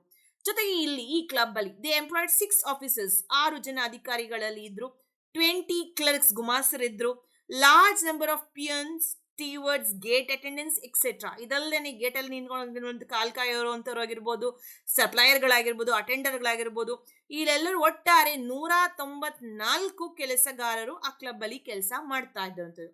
ಆದ್ರೂ ಇಲ್ಲಿ ಹೇಳೋದು, Gymkhana being members club, it is not an industry. So ಇಲ್ಲಿ ಆ ಒಂದು ಸಂಬಂಧ, ನಿಯೋಜಕ ಮತ್ತು ನೌಕರ ಅನ್ನೋ ಸಂಬಂಧ ಇಲ್ಲಿ ಕಂಡಿಲ್ಲ. ಹಾಗಾಗಿ ಅವ್ರು ಹೇಳೋದೇನು, ಸದಸ್ಯರು, ಬರೀ ಸದಸ್ಯರನ್ನ ಉಳ್ಳೋಂತಹ ಒಂದು ಕ್ಲಬ್ ಆಗಿದೆ. ಜೊತೆಗೆ ಇದರ ಒಂದು ಆದಾಯದಿಂದ ಮೆಂಬರ್ಶಿಪ್ ಇಂದ ಬರುವಂತದ್ದು ಅವರು ಸಂಭಾವನೆ ಏನ್ ಕೊಡ್ತಾರೆ, ಮೆಂಬರ್ಶಿಪ್ನ ಪಡ್ಕೊಳ್ಳಿಕ್ಕೆ, ಸದಸ್ಯತ್ವನ ಪಡ್ಕೊಳ್ಳಿಕ್ಕೆ ಅದರಿಂದ ಬಂದಿರುವಂಥದ್ದು. ಹಾಗಾಗಿ ಅಲ್ಲಿ ಯಾವುದೇ ಒಂದು ನಿಯೋಜಕ ಮತ್ತು ನೌಕರ ಅನ್ನೋ ಸಂಬಂಧ ಇಲ್ಲ. ಹಾಗಾಗಿ club is not on industry ಅಂತ ಅಲ್ಲಿ ಒಂದು ತೀರ್ಪನ್ನ ಕೊಡ್ತಾರೆ. ಇನ್ನು cricket club of India versus Bombay labour union, ಈ ಒಂದು ಮತ್ತೆ ಪ್ರಶ್ನೆ ಬಂದಂಥದ್ದು, ಮತ್ತೆ ಕ್ಲಬ್ ಅನ್ನ ನಾವು ಕೈಗಾರಿಕೆಯನ್ನ ಕರಿಬಹುದಾ ಅಂತ ಬಂದಾಗ ಇಲ್ಲೂ ಕೂಡ ಕ್ಲಬ್ ಒಂದು ಸದಸ್ಯರನ್ನ ಹೊಡೆದಿರುವಂತಹ ಒಂದು ಕ್ಲಬ್ ಆಗಿತ್ತು. ಇಲ್ಲಿ ಹಿಂದಿನ ಕೇಸ್ ಪ್ರಕಾರ ಇಲ್ಲೂ ಕೂಡ ಮೆಂಬರ್ಶಿಪ್ ಸದಸ್ಯತ್ವ ಒಟ್ಟು 4800 ಜನ ಇದ್ರು. ಜೊತೆಗೆ 397 ಜನ ಕೆಲಸಗಾರರು ಅಲ್ಲಿ ಇದ್ರು. ಸೊ ಉದ್ದೇಶ ಇಲ್ಲೇನಾಗಿತ್ತು? That was to encourage promote various sports, particularly game of cricket in India, to lay out grounds for the game and also finance matches and tournaments. So ಇದರ ಉದ್ದೇಶ ಇಷ್ಟೇ. ಇಲ್ಲಿ ಒಂದು ಮುಖ್ಯವಾಗಿ ಒಂದು ಆಟನ ಅಲ್ಲಿ ಆಯೋಜನೆ ಮಾಡೋ ಉದ್ದೇಶ ಇತ್ತು. ಅದು ಯಾವುದು? ಕ್ರಿಕೆಟ್ ಆಗಿತ್ತು. ಜೊತೆಗೆ ಈ ಆಟ ನಡೆಸಲಿಕ್ಕೆ ಅಲ್ಲಿ ಅವ್ರು ಬೇಕಾದಂತಹ ಹಣಕಾಸು ವ್ಯವಸ್ಥೆಯನ್ನ ಮಾಡುವಂಥದ್ದು, ಮ್ಯಾಚ್ ನಡೆಸುವಂಥದ್ದು, ಜಾಗನ ಅಲ್ಲಿ ಗುರುತಿಸುವಂಥದ್ದು, ಈ ಎಲ್ಲಾ ಕೆಲಸವನ್ನ ಈ ಒಂದು ಕ್ಲಬ್ ಮೂಲಕ ಆಗ್ತಾ ಇತ್ತು. ಜೊತೆಗೆ ಯಾವುದೇ ಒಂದು ಸ್ಪೋರ್ಟ್ಸ್ ಮತ್ತೆ ಗೇಮ್ ಮತ್ತೆ ಮನರಂಜನೆ ಅಂತ ಏನಿತ್ತು ಅದಕ್ಕೆ ಜಾಗದ ವ್ಯವಸ್ಥೆಯನ್ನ ಮಾಡುವಂತಹ ಉದ್ದೇಶನೂ ಕೂಡ ಈ ಒಂದು ಕ್ಲಬ್ಗೆ ಇತ್ತು. And also they provided residence for members coming to the club, for which it constructed 48 residential rooms and charged for it. ಇದಲ್ಲದೆ ವಸತಿಯ ಒಂದು ಸೌಕರ್ಯನೂ ಕೂಡ ಸದಸ್ಯರಿಗೆ ಕಲ್ಪಿಸಲಾಯಿತು. ಸೊ ವಸತಿಯ ಸೌಕರ್ಯನ ಕಲ್ಪಿಸಲಿಕ್ಕೆ 48 ವಸತಿ ರೂಮ್ಗಳನ್ನ ಅಲ್ಲಿ ವಸತಿ ಗೃಹಗಳು ಅಂತಾನೆ ಹೇಳ್ಬೋದು, ಗೃಹಗಳನ್ನ ಅವರು ಇಲ್ಲಿ ಕಟ್ಟಿದ್ರು. ಅದಕ್ಕೆ ಆ ಸೇವೆಯನ್ನ ಪಡ್ಕೊಂತಹ ಯಾರು ಸದಸ್ಯರಿರ್ತಾರೆ ಅವರಿಗೆ ಆ ಶುಲ್ಕನು ಕೂಡ ಅವ್ರು ಕಟ್ತಾ ಬೇಕಾಗಿತ್ತು. ಅದರ ಒಂದು ಫೀಸ್ ಏನಿದೆ ಅದು ಕೂಡ ಅವರು ಕಟ್ಟಬೇಕಾಗಿತ್ತು. And there are also catering department, ಆಹಾರ ಒಂದು ಸೇವೆ ಅಂತ ಹೇಳಲಿಕ್ಕೆ, ಆಹಾರದ ಒಂದು ಸೇವೆಗಾಗಿ ಅವರು ಕೇಟರಿಂಗ್ ಡಿಪಾರ್ಟ್ಮೆಂಟ್ ಅಂತನೂ ಕೂಡ ಅಲ್ಲಿ ಮಾಡ್ಕೊಳ್ತಾ ಇದ್ರು. ಮೆಂಬರ್ಸ್ಗೋಸ್ಕರ ಯಾರು ಕ್ಲಬ್ ಅಲ್ಲಿ ಬರ್ತಾರೆ, ಯಾರು ವಸತಿ ಗೃಹಗಳಲ್ಲಿ ಉಳ್ಕೊಂಡಿರ್ತಾರೆ ಅವರಿಗೆ ಆಹಾರದ ಸೇವೆಯನ್ನು ಕೂಡ ಒದಗಿಸಲಾಯಿತು. ಜೊತೆಗೆ ಇಲ್ಲಿ ನಾವು ಸದಸ್ಯತ್ವನ ಪಡ್ಕೋಬೇಕಾದ್ರೆ ಮೆಂಬರ್ಶಿಪ್ ಫೀ ಅಲ್ಲಿ ಏನು ಶುಲ್ಕನ ನಿಗದಿ ಮಾಡಿದ್ರು ಆ ಶುಲ್ಕನ ಅವರು ಪಾವತಿ ಮಾಡಬೇಕಾಗಿತ್ತು. ಇಲ್ಲಿ ಯಾವುದೇ ರೀತಿಯಾದಂಥ ಶೇರ್ಗಳನ್ನ ಪಡೆಯುವಂತಹ ವ್ಯವಸ್ಥೆಗಳನ್ನ ಇಲ್ಲಿ ಮಾಡಲಾಗಿರ್ಲಿಲ್ಲ. ಸೊ ಇಲ್ಲಿ ಮೆಂಬರ್ಶಿಪ್ ನೀವು ಶೇರ್ಸ್ ತಗೊಂಡ್ರಿ ಹಾಗಾಗಿ ನಿಮಗೆ ಮೆಂಬರ್ಶಿಪ್ ಸಿಕ್ತು ಅಂತ ಅಲ್ಲ. ನಿಮಗೆ ಮೆಂಬರ್ಶಿಪ್ ಸಿಗೋದು ಹೇಗೆ? ನೀವು ಯಾವುದೇ ಒಂದು ಶುಲ್ಕನ ಅಲ್ಲಿ ನಿಗದಿ ಮಾಡಿದರೆ ಆ ಶುಲ್ಕನ ನೀವು ಕಟ್ಟರೆ ನಿಮಗೆ ಆ ಶೇರ್ ಅಂತ ಸಿಗುತ್ತೆ. ಸೊ ಹಾಗಾಗಿ ಇಲ್ಲೂ ಕೂಡ ಹಿಂದಿನ ಪ್ರಕಾರ ತರನೇ ಇಲ್ಲೂ ಕೂಡ ಹೇಳೋದು ಕ್ಲಬ್ ಅಂತ ಬಂದಾಗ ಇದು ಸದಸ್ಯರು ಹೊಂದಿರುವಂತಹ ಕ್ಲಬ್ ಆಗಿರುತ್ತೆ. ಹಾಗಾಗಿ it is not on industry. ಯಾಕೆ ಅಂದ್ರೆ ಈ ಕ್ಲಬ್ನ ಒಂದು ಒಟ್ಟಾರೆ ಚಟುವಟಿಕೆಗಳು ಉದ್ದೇಶಗಳು ನೋಡಿದಾಗ ಅದು ಸ್ವಯಂ ಸೇವೆ ಆಧಾರಿತ ಕ್ಲಬ್, ಸೆಲ್ಫ್ ಸರ್ವಿಸ್ ಕ್ಲಬ್ ಆಗಿತ್ತು. ಸೊ ಯಾರು ಬರ್ತಾರೆ ವಸತಿ ಗೃಹಕ್ಕೆ ಬರ್ತಾರೆ ಅವರು ಅದನ್ನ ಪಡ್ಕೊಳ್ಬಹುದು, ಅವ್ರು ಉಳ್ಕೋಬಹುದು, ಅಲ್ಲಿ ಹಾಕುವ ಒಂದು ಚಾರ್ಜ್ನ ಕೊಡ್ಬೋದು, ಹೋಗ್ಬೋದು. ಸೊ ಇನ್ನು ಅದರ ಆದಾಯ ಅಂತ ಬಂದಾಗ ಅವರು ಕೊಡುವಂತಹ ಒಂದು ಮೆಂಬರ್ಶಿಪ್ ಫೀ, ಸೊ ಅದ್ರ ಮೂಲಕ ಬರೋದ್ರಿಂದ ಅದು ಸದಸ್ಯರ ಕ್ಲಬ್ ಆಗಿತ್ತು. ಹಾಗಾಗಿ ಅದು ಇಂಡಸ್ಟ್ರಿ ಅಂತ ಅಲ್ಲ ಅನ್ನೋ ಒಂದು ಇಲ್ಲಿ ತೀರ್ಪನ್ನ ಕೊಡ್ತಾರೆ. ಇನ್ನು ಬಹುಮುಖ್ಯವಾದ ಒಂದು ಪ್ರಶ್ನೆ, ಈ ಸಾಲಿಸಿಟರ್ ಫರ್ಮ್ಸ್ ಅಂಡ್ ಇಂಡಸ್ಟ್ರಿ, ವಕೀಲರ ಒಂದು ಕಚೇರಿ ಕೈಗಾರಿಕೆ ಆಗುವುದೇ ಅಂತ ಒಂದು ಪ್ರಶ್ನೆ, ಬಹುಮುಖ್ಯವಾದ ಪ್ರಶ್ನೆ 1962ನಲ್ಲಿ national union of commercial employees versus MR Meher industrial tribunal Bombay ಅನ್ನೋ ಪ್ರಕರಣದಲ್ಲಿ ಬರುತ್ತೆ. ಸೊ ಇದರಲ್ಲಿ the employees claimed against Pereira Fazalbhoy and co which was a solicitor firm. ಒಂದು ವಕೀಲಿ ಕಚೇರಿಯ ಒಂದು ಫರ್ಮ್ ವಿರುದ್ಧ ಅಲ್ಲಿ ಕೆಲಸಗಾರರು ಒಂದು ಕ್ಲೇಮ್ ನ ಮಾಡ್ತಾರೆ. ಅದರಲ್ಲಿ ಏನು ಅಂತ ಅಂದ್ರೆ ಇದು ಫರ್ಮ್ ಹೇಳುವಂಥದ್ದು ಇಷ್ಟನೇ, ನಾವು ಸೆಕ್ಷನ್ 2 ಕ್ಲಾಸ್ J ಪ್ರಕಾರ ನಾವು ಕೈಗಾರಿಕೆಯಲ್ಲ, ಸೊ ಕೈಗಾರಿಕಾ ವಿವಾದ ಅಧಿನಿಯಮ ನಮಗೆ ಅನ್ವಯ ಆಗಲ್ಲ. ವಕೀಲರ ಕಚೇರಿ, ವಕೀಲರ ಯಾವುದೇ ಅಸೋಸಿಯೇಷನ್ ಫರ್ಮ್ ಅಂತ ಬಂದಾಗ ಅಡ್ವೊಕೇಟ್ಸ್ ಆಕ್ಟ್ ಪ್ರಕಾರ ಅವರಿಗೆ ಅಧಿಕಾರ, ವಕೀಲಿ ವೃತ್ತಿಯ ಒಂದು ಅಧಿಕಾರ ಸಿಕ್ಕಿರುತ್ತೆ. ಅದು ಕೈಗಾರಿಕಾ ವಿವಾದ ಅಧಿನಿಯಮದ ಪ್ರಕಾರ ಅಲ್ಲ. ಹಾಗಾಗಿ ಅವರು ಕೈಗಾರಿಕೆ ಅಂತ ಆಗೋದಿಲ್ಲ. ಹಾಗಾಗಿ ಸುಪ್ರೀಂ ಕೋರ್ಟ್ ಅಲ್ಲಿ ಹೇಳೋದು ಅಷ್ಟೇ, it is not an industry, ಅದು ಕೈಗಾರಿಕೆ ಅಲ್ಲ. ಅಂಡ್ ಇದರಲ್ಲಿ the court evolved a test to determine whether activity amounts to an industry and accordingly observed that concept of industry postulates partnership between capital, labor, between employer and employee. So ಒಂದು ಬಹು ಮುಖ್ಯವಾದ ಪ್ರಶ್ನೆ ಅಥವಾ ಒಂದು ಪರೀಕ್ಷೆಯನ್ನ ಇಲ್ಲಿ supreme court ತರುತ್ತೆ. ಆ ಪರೀಕ್ಷೆ ಏನು ಅಂತ ಬಂದಾಗ, ಒಂದು ಕೈಗಾರಿಕೆ ಅಂತ ಬಂದಾಗ ಕೈಗಾರಿಕೆಯಲ್ಲಿ ಒಂದು ಸಂಬಂಧ ಇರುತ್ತೆ. ಒಂದು ಬಂಡವಾಳ ಮತ್ತು ಒಂದು ನೌಕರರು, ಕ್ಯಾಪಿಟಲ್ ಅಂಡ್ ಲೇಬರ್, ಅಥವಾ ಈ ರೀತಿನೂ ಹೇಳ್ಬೋದು, ನಿಯೋಜಕರು ಮತ್ತು ನೌಕರರ ಒಂದು ಸಂಬಂಧ ಆ ಕೈಗಾರಿಕೆ ಅನ್ನೋದ್ರಲ್ಲಿ ಇರುತ್ತೆ. ಅದು ಒಂದು ರೀತಿ ಪಾಲುದಾರಿಕೆಯಲ್ಲಿ ನಡೆಯುವಂತಹ ಒಂದು ಚಟುವಟಿಕೆ. It learns in partnership. ಪಾಲುದಾರಿಕೆಯಲ್ಲಿ ನಡೆಯುವಂತಹ ಒಂದು ಚಟುವಟಿಕೆ, ಹಾಗಾಗಿ ಅದು ಕೈಗಾರಿಕೆ. So it is under this partnership that employer contributes his capital, employees their labor, and the joint contribution of both leads directly to the production which the industry has in view. So ಹಾಗಾಗಿ ಪಾಲುದಾರಿಕೆ ಅಂತ ನೀವು ಕರೆದ ಮೇಲೆ ಅಲ್ಲಿ ಎರಡೂ ಇರಬೇಕು. ಒಂದು, ನಿಯೋಜಕರ ಕಡೆಯಿಂದ ಹೂಡಿಕೆ, ಮತ್ತು ಆ ಕೆಲಸ ಮುಂದುವರಿಸ್ಕೊಂಡು ಹೋಗಬೇಕು ಅಂದ್ರೆ ಕೆಲಸಗಾರರ ಶ್ರಮ. ಸೊ ಕೆಲಸಗಾರರ ಶ್ರಮ, ನಿಯೋಜಕರ ಹೂಡಿಕೆ, ಈ ಎರಡೂ ಒಂದೇ ಸೌಹಾರ್ದತೆಯಿಂದ, ಪಾಲುದಾರಿಕೆಯಿಂದ ನಡೆಯುವಂತಹ ಒಂದು ಚಟುವಟಿಕೆ ಕೈಗಾರಿಕೆ ಆಗಿರುತ್ತದೆ ಅಂತ ಹೇಳ್ತಾರೆ. ಹಾಗಾಗಿ it cannot be suggested that every form of aspect of human activity in which capital and labor cooperate, or employer and employee assist each other, is an industry. So solicitor firm does not satisfy the test. ಆದರೆ ಇಲ್ಲಿ ಇನ್ನೂ ಒಂದು ಗಮನಿಸಬೇಕಾದ ವಿಷಯ ಏನು, ಎಲ್ಲ ರೀತಿಯಾದಂತಹ ವೃತ್ತಿನಲ್ಲೂ ನಾವು ಅಲ್ಲಿ ಹೂಡಿಕೆ ಇದೆ, ಜೊತೆಗೆ ಅಲ್ಲಿ ಕೆಲಸಗಾರರ ಶ್ರಮನೂ ಇದೆ ಅಂತ ಅಂದಾಗ ಎಲ್ಲಾ ಸಂದರ್ಭದಲ್ಲೂ ನಾವು ಅದು ಕೈಗಾರಿಕೆ ಅಂತ ಕರೀಲಿಕ್ಕೆ ಸಾಧ್ಯ ಇಲ್ಲ. ಹಾಗಾಗಿ ಈ ಒಂದು ಪ್ರಕರಣದಲ್ಲಿ ವಕೀಲರ ಒಂದು ಕಚೇರಿ ಕೈಗಾರಿಕೆ ಅಲ್ಲ. ಸೊ ಫರ್ಮ್ನಲ್ಲಿ ಕೆಲವರು ಯಾರು ಸೀನಿಯರ್ ಅಡ್ವೊಕೇಟ್ ಅಂತ ಇರ್ತಾರೆ, ಅವರು ಅಲ್ಲಿ ಇನ್ವೆಸ್ಟ್ಮೆಂಟ್ ಮಾಡಿ ಫರ್ಮ್ನ ಒಂದು ಓಪನ್ ಮಾಡಿರ್ಬೋದು. ಅವರು ಜೂನಿಯರ್ ವಕೀಲರು ಅಂತ ಹೇಳಿ ಕೆಲವ್ರನ್ನೆಲ್ಲ ಸೇರಿಸ್ಕೊಂಡು ಕೆಲಸ ಮಾಡ್ತಿರ್ಬೋದು. ಆ ಜೂನಿಯರ್ ವಕೀಲರು ಅವರ ಒಂದು ಬುದ್ಧಿ, ಅವರ ಶ್ರಮ ಅಲ್ಲಿ ವಹಿಸಿ ಮಾಡ್ತಿರ್ಬೋದು. ಹಾಗಾಗಿ ಅಲ್ಲಿ ಆ ರೀತಿಯಾದಂಥ ಚಟುವಟಿಕೆಗಳು ನಡೀತಾ ಇದೆ. ಒಂದು ಮಾನವನ ಚಟುವಟಿಕೆ ತನ್ನ ಒಂದು ಬುದ್ಧಿವಂತಿಕೆ, ತನ್ನ ಒಂದು ಕೌಶಲತೆಯಿಂದ ನಡೀತಿದೆ ಅಂತ ಸಂದರ್ಭದಲ್ಲಿ ಅದನ್ನ ನಾವು ಎಲ್ಲಾ ಸಂದರ್ಭದಲ್ಲೂ ಕೈಗಾರಿಕೆ ಅಂತ ಕರೀಲಿಕ್ಕೆ ಸಾಧ್ಯ ಇಲ್ಲ. ಹಾಗಾಗಿ ಯಾವುದೇ ಒಂದು ವಕೀಲರ ಕಚೇರಿ ಕೈಗಾರಿಕೆ ಅಂತ ಕರೀಲಿಕ್ಕೆ ಸಾಧ್ಯ ಇಲ್ಲ. And the work of clerk or accountant ಅಂತ ಬಂದ has no direct or essential nexus or connection with the advice which is the duty of solicitor to give his client. ಈಗ ಇಲ್ಲಿ ಬಂದದ್ದು ಏನು ಅಂದ್ರೆ, ಆ ಒಂದು ಕಚೇರಿನಲ್ಲಿ ಕೆಲಸ ಮಾಡೋ ಲೆಕ್ಕಗಳನ್ನ ಇಡುವಂತಹ ಒಬ್ಬ ಕ್ಲರ್ಕ್ ಏನಿದ್ದಾನೆ, ಆತ ಇದು ಪ್ರಶ್ನೆ ಅಂತ ಬಂದಾಗ, ಆತನ ದೃಷ್ಟಿಯಿಂದ ಒಂದು ಪ್ರಶ್ನೆ ಬಂದಾಗ, ಅವನ ಒಂದು ಕೆಲಸ ಮತ್ತು ವಕೀಲರು ಕೊಡುವಂತಹ ಒಂದು ಸಲಹೆಯ ಕೆಲಸಕ್ಕೂ ಯಾವುದು ಸಂಬಂಧ ಇಲ್ಲ. So there is no doubt a kind of cooperation existing between them, but that cooperation has no direct or immediate relation to the professional service which solicitor renders to his client. ಹೌದಾ? So ಇಲ್ಲಿ ಒಬ್ಬ ಲೆಕ್ಕಾಚಾರ ಲೆಕ್ಕ ಇಡುವಂತಹ ಒಬ್ಬ ಕ್ಲರ್ಕ್ಗೂ ಮತ್ತು ಸಲಹೆ ಕೊಡುವಂತಹ ಒಬ್ಬ ವಕೀಲನ ಒಂದು ವೃತ್ತಿಗೂ ನೇರವಾದ ಯಾವುದೇ ಒಂದು ಸಂಬಂಧ ಇಲ್ಲ. ಅದೇ ಬೇರೆ, ಇದೇ ಬೇರೆ. ಸೊ ಹಾಗಾಗಿ ಅವರ ಒಂದು ವೃತ್ತಿಯ ಸೇವೆ, ಒಬ್ಬ ವಕೀಲರು ನೀಡುವಂತಹ ವೃತ್ತಿಯ ಸೇವೆ ಮತ್ತು ಒಬ್ಬ ಲೆಕ್ಕಾಚಾರ ಮಾಡುವಂತಹ ಲೆಕ್ಕಗಳನ್ನು ಇಡುವಂತಹ ಒಬ್ಬ ಕ್ಲರ್ಕಿನ ಒಂದು ಸೇವೆ ಎರಡೂ ಬೇರೆ ಬೇರೆ ಆಗಿರೋದ್ರಿಂದ, ಎರಡಲ್ಲೂ ಆ ಸಂಬಂಧ ಇಲ್ಲದೆ ಇರೋದ್ರಿಂದ ಇಲ್ಲಿ ಅದು ಕೈಗಾರಿಕೆ ಆಗುವುದಿಲ್ಲ ಅನ್ನೋ ಒಂದು ಅರ್ಥೈಸುವಿಕೆಯನ್ನ ಈ ಕೇಸಲ್ಲಿ ಕೊಡ್ತಾರೆ. ಇನ್ನು ಬಹು ಮುಖ್ಯವಾದ ನಮ್ಮಲ್ಲಿ ಕೈಗಾರಿಕಾ ಅನ್ನೋ ಒಂದು ಪದದಲ್ಲೇ ಒಂದು ತಿರುವು ಬಂದಂತಹ ಒಂದು ಪ್ರಕರಣ ಯಾವುದು ಅಂದ್ರೆ Bangalore water supply versus A Rajappa.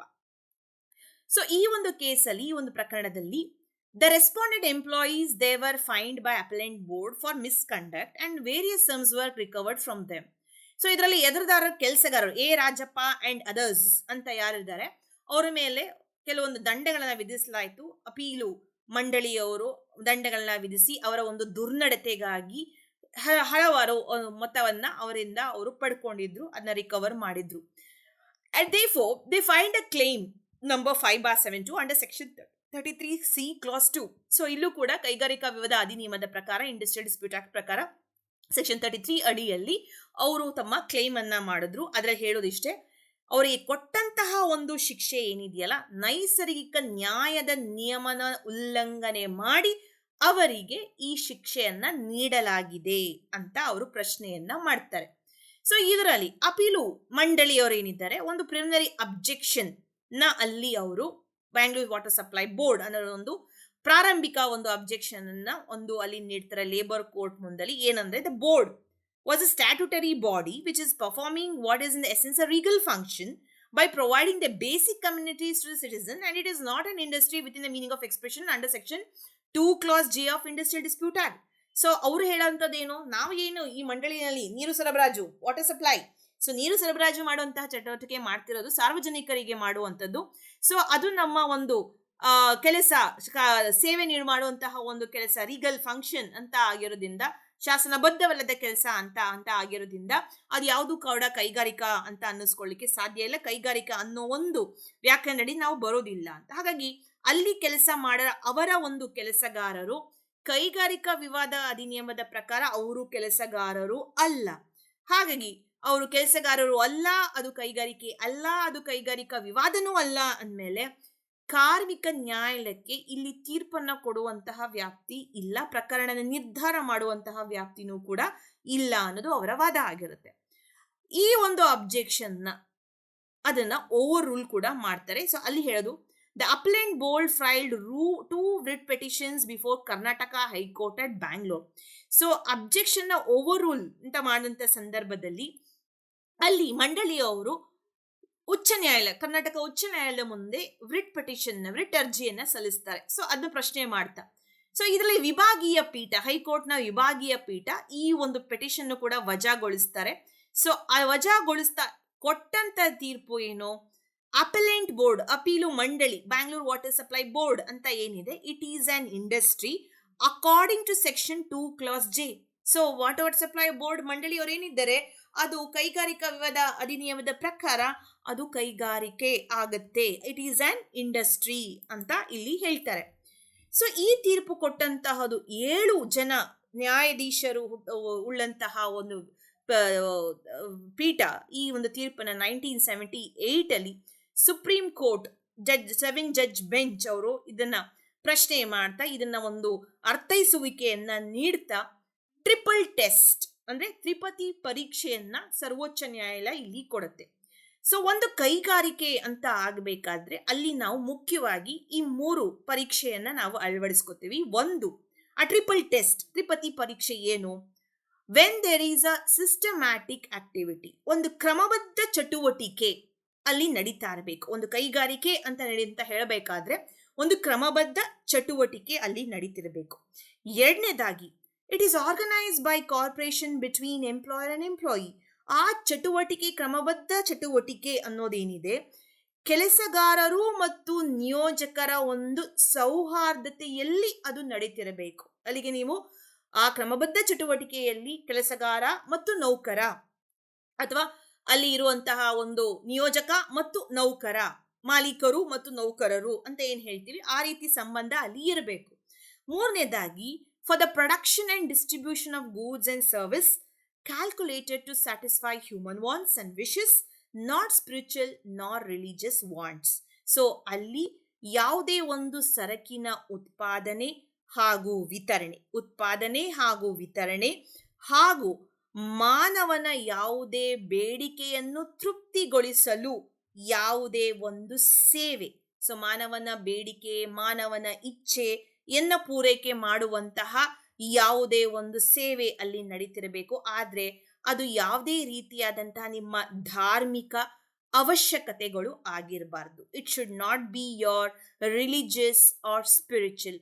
So religious and spiritual ಅಂತ ಬಂದಾಗ ಅಲ್ಲಿ ದೇವಸ್ಥಾನದಲ್ಲಿ ಕೆಲಸ ಮಾಡೋರು, ದೇವರ ಆರಾಧಕರು, ದೇವರ ಕೆಲಸವನ್ನ ಮಾಡೋರು. ಸೊ ದೇವಸ್ಥಾನ ಕೈಗಾರಿಕೆ ಆಗತ್ತಾ? ಇಲ್ಲ, ಕೈಗಾರಿಕೆ ಆಗೋದಿಲ್ಲ. ಸೊ ದೇವಸ್ಥಾನ ಅಂತ ಬಂದಾಗ ದೇವಸ್ಥಾನನ ನಾವು ಕೈಗಾರಿಕೆ ಅಂತ ಕರೆಯಕ್ಕಾಗಲ್ಲ. ಯಾಕಂದ್ರೆ ಅಲ್ಲಿ ನೀವು ಕೊಡುವಂತಹ ಒಂದು ಸೇವೆ ನಿಮ್ಮ ಒಂದು ಧಾರ್ಮಿಕ ಭಾವನೆಯಲ್ಲಿ ಪೂರೈಕೆ ಮಾಡಿಕೊಳ್ಳಕ್ಕೆ, ಅದರ ಅವಶ್ಯಕತೆಯನ್ನ ಪೂರೈಕೆ ಮಾಡಿಕೊಳ್ಳಿಕ್ಕೆ ಮಾಡುವಂತಹ ಸೇವೆ.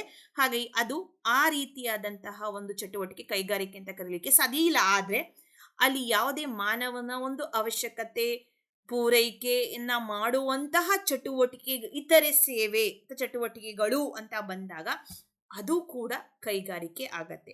ಸೊ ಈ ಮೂರು ಅವಶ್ಯಕ ಅಂಶಗಳು, ತ್ರಿಪತಿ ಪರೀಕ್ಷೆಯಲ್ಲಿ ನೀಡುವಂತಹ ಅವಶ್ಯ ಅಂಶಗಳು ಪೂರೈಕೆ ಆದರೆ ಮಾತ್ರ ಅದು ಕೈಗಾರಿಕೆ ಅಂತ ನಾವು ಕರಿಬಹುದು. ಸೊ ಬಹು ಮುಖ್ಯವಾದ ನಿಯಮಗಳು, ನೆಸೆಸರಿ ಗೈಡೆನ್ಸ್ ಏನು ಕೊಟ್ರು ಅಂತ ಬಂದಾಗ ಈ ತೀರ್ಪಲ್ಲಿ ಸರ್ವೋಚ್ಚ ನ್ಯಾಯಾಲಯ Absence of profit motive or gainful objective is irrelevant.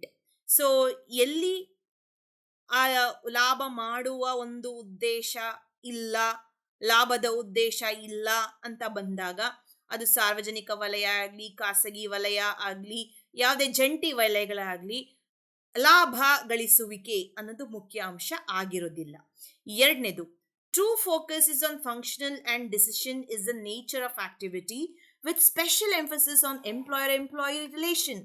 ಅದರಲ್ಲಿ ಬಹುಮುಖ್ಯವಾದ ಒಂದು ಪರೀಕ್ಷೆ ಏನು ಅಂತ ಬಂದಾಗ, ಆ ಒಂದು ಚಟುವಟಿಕೆಯಲ್ಲಿ ಕೆಲಸಗಾರ ಮತ್ತು ನೌಕರ ಅನ್ನುವ ಒಂದು ಸಂಬಂಧವಿದೆಯೇ ಅನ್ನೋದನ್ನ ನಾವು ಗಮನಿಸಬೇಕಾಗತ್ತೆ. ಮೂರನೇದು, the organisation is a trade or business and it does not cease to be one because of philanthropy animating the undertaking. So ಆ ಒಂದು ಸಂಸ್ಥೆ ಅನ್ನೋದೇನಿದೆ, ಅದು ವ್ಯಾಪಾರ ಆಗಿರಬಹುದು, ವ್ಯವಹಾರ ಆಗಿರಬಹುದು. ಸೊ ಅದು ಯಾವುದೋ ಒಬ್ಬ ವ್ಯಕ್ತಿ ಒಂದು ದಾನ ಧರ್ಮ ಮಾಡುವಂತಹ ಒಂದು ವಿಚಾರಕ್ಕೆ ನಡೆಸ್ತಾ ಇದ್ದಾನೆ ಅಂತ ಬಂದಾಗ, ಎಲ್ಲ ಸಂದರ್ಭದಲ್ಲೂ ಅದು ಕೈಗಾರಿಕೆ ಅಲ್ಲ ಅಂತ ನಾವು ಹೇಳಲಿಕ್ಕೆ ಸಾಧ್ಯ ಇರೋದಿಲ್ಲ. ಅಂದ್ರೆ ನಾಲ್ಕನೇದು, if in a pious mission many employ themselves free or for some all honorarium or like written such as lawyers wanting to run a free legal service clinic, doctors, ashramites, service are supplied free at nominal cost, and those whose service are not engaged for remuneration or on the basis of master and servant relationship, then the institution is not an industry. ಹಾಗಿದ್ಮೇಲೆ ನಾಲ್ಕನೇದಾಗಿ ಎಲ್ಲ ಒಂದು ಪ್ರಶ್ನೆಗಳಿಗೂ ಒಂದು ಸ್ಪಷ್ಟ ಉತ್ತರ ಅಲ್ಲಿ ಕೊಡ್ತಾರೆ. So ಎಲ್ಲಿ ನೀವು ಉಚಿತವಾಗಿ ನೀಡ್ತಾ ಇದ್ದೀರಿ, ಯಾವುದೇ ಒಂದು ಸಂಭಾವನೆಯನ್ನ ಪಡ್ಕೋತಾ ಇದ್ದೀರಿ, ಸೊ ಯಾವುದೇ ಒಂದು ಉಚಿತ ಸಲಹೆಯನ್ನ ಕೊಡ್ತಾ ಇದ್ದೀರಿ, ವಕೀಲರ ತರ ಆಗಿರಬಹುದು, ಒಂದು ಸೇವೆಯನ್ನ ಮಾಡ್ತಿದ್ದೀರಿ, ಡಾಕ್ಟರ್ ತರ ಆಗಿರ್ಬೋದು, ಕ್ಲಿನಿಕ್ ಮೂಲಕ ಆಗಿರಬಹುದು, ಅಥವಾ ಆಶ್ರಮದಲ್ಲಿ ನೀಡುವಂತಹ ಸಾರ್ವಜನಿಕರಿಗೆ ನೀಡುವಂತಹ ಒಂದು ಸೇವೆ ಅಂತದಾಗಿರಬಹುದು, ಇವೆಲ್ಲವೂ ಕೂಡ ಯಾವುದು ಕೈಗಾರಿಕೆ ಅಂತ ಆಗುವುದಿಲ್ಲ. ಇಲ್ಲಿ ಪ್ರಧಾನ ಸ್ವರೂಪ ಪರೀಕ್ಷೆ, ಡಾಮಿನೆಂಟ್ ನೇಚರ್ ಟೆಸ್ಟ್ ಅನ್ನೋದು ಕೂಡ ನಾವು ಇಲ್ಲಿ ತ್ರಿಪತಿ ಪರೀಕ್ಷೆ ಜೊತೆಗೆ ನಾವು ಗುರುತಿಸ್ತೀವಿ. ಅದನ್ನ ನಾವು ಪ್ರಧಾನ ಸ್ವರೂಪ ಪರೀಕ್ಷೆಯನ್ನ Bangalore water supply A Rajappa ಕೇಸಲ್ಲೇ ಪ್ರಕರಣದಲ್ಲಿ ತಂದಂತನ್ನ ನಾವು ನೋಡ್ಬೋದು. ಏನು, where a complex of activities, some of which qualify for exemption, others are not involved employees on the total undertaking, some of whom are not workmen, or some departments are not a productive of goods and service if isolated. Even then, the predominant nature of service and integrated nature of department will be the true test. The whole undertaking will be an industry, although those who are not workmen by definition may not benefit by statutes. So ಈ ಪ್ರಧಾನ ಸ್ವರೂಪ ಪರೀಕ್ಷೆಯಲ್ಲಿ ಹೇಳಿದಂಥದ್ದೇನು, ಯಾವುದೇ ಒಂದು ಸಂಸ್ಥೆಯಲ್ಲಿ ಬೇರೆ ಬೇರೆ ಶಾಖೆಗಳು, ಇಲಾಖೆಗಳು ಏನೇ ಇದ್ರು, ಚಟುವಟಿಕೆಗಳು ಹಲವಾರು ಇದ್ರು, ನಾವು ಇಲ್ಲಿ ಈ ಪರೀಕ್ಷೆನ ಅನ್ವಯ ಮಾಡಿದಾಗ ನೋಡುವಂಥದ್ದೇನು, ಅವರ ಪ್ರಧಾನ ಬಹುಮುಖ್ಯವಾದ ಕೆಲಸ ಏನು. ಆ ಪ್ರಧಾನ ಬಹುಮುಖ್ಯವಾದ ಕೆಲಸದಲ್ಲಿ ನಿಯೋಜಕ ಮತ್ತು ನೌಕರ ಎಂಬ ಒಂದು ಸಂಬಂಧವಿದ್ದರೆ ಅದು ಕೈಗಾರಿಕೆ ಆಗತ್ತೆ. ಹಾಗೆ ಪ್ರಧಾನ ಮುಖ್ಯ ಕೆಲಸದಲ್ಲಿ ಆ ರೀತಿ ಇಲ್ಲ ಅಂದ್ರೆ ಅವ್ಯಾವೂ ಕೂಡ ಕೈಗಾರಿಕೆ ಆಗೋದಿಲ್ಲ. Okay, and the sovereign function, ಸಾರ್ವಭೌಮ ಕೆಲಸ, ಅದನ್ನ strictly understood alone they qualify for exemption, not the welfare activities or economic adventure undertaken by the government or statutory bodies. So ಸಾರ್ವಭೌಮ ಕೆಲಸ ಅಂತ ಬಂದಾಗ ಅದು ಅಲ್ಲಿ ನಾವು ಅದಕ್ಕೆ ವಿನಾಯಿತಿಯನ್ನ ಕೊಡ್ತೇವೆ. ಸೊ ಯಾವುದೇ ಒಂದು ಸೇವೆ, ಸಾರ್ವಜನಿಕರ ಕಲ್ಯಾಣ, ಸಾರ್ವಜನಿಕರಿಗೆ ನೀಡಿದಂತಹ ಒಂದು ಚಟುವಟಿಕೆಗಳು ಅಂತಾನು ಬಂದಾಗ, ಸರ್ಕಾರದಿಂದ ನಡೆಸುವಂಥದ್ದು ಅಂತ ಬಂದಾಗ ಅವ್ಯಾವೂ ಕೂಡ ಕೈಗಾರಿಕೆ ಅಂತ ಆಗುವುದಿಲ್ಲ.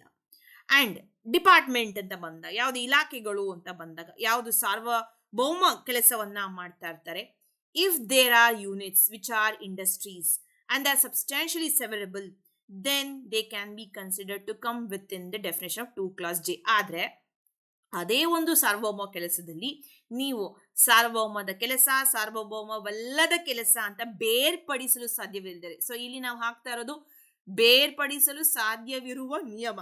ಸೊ ಬೇರ್ಪಡಿಸಲು ಸಾಧ್ಯ ಇಲ್ಲ ಅಂದ್ರೆ ಅವೆಲ್ಲವೂ ಕೂಡ ಪ್ರಧಾನ ಕೆಲಸ ಆಗತ್ತೆ, ಹಾಗಾಗಿ ಇದು ಕೈಗಾರಿಕೆ ಆಗಲ್ಲ. ಆದ್ರೆ ಸಾರ್ವಭೌಮ ಕೆಲಸ, ಸಾರ್ವಭೌಮವಲ್ಲದ ಕೆಲಸ ಅಂತ ಬೇರ್ಪಡಿಸಲು ಸಾಧ್ಯವಿದ್ದರೆ ಅದರಲ್ಲಿ ಆ ಒಂದು ಭಾಗ ಯಾವುದು ಸಾರ್ವಭೌಮ ಕೆಲಸ ಆಗಿರೋದಿಲ್ಲ ಅಂಥದನ್ನೆಲ್ಲ ನಾವು ಕೈಗಾರಿಕಾ ಅಂತ ಕರೀಬಹುದು.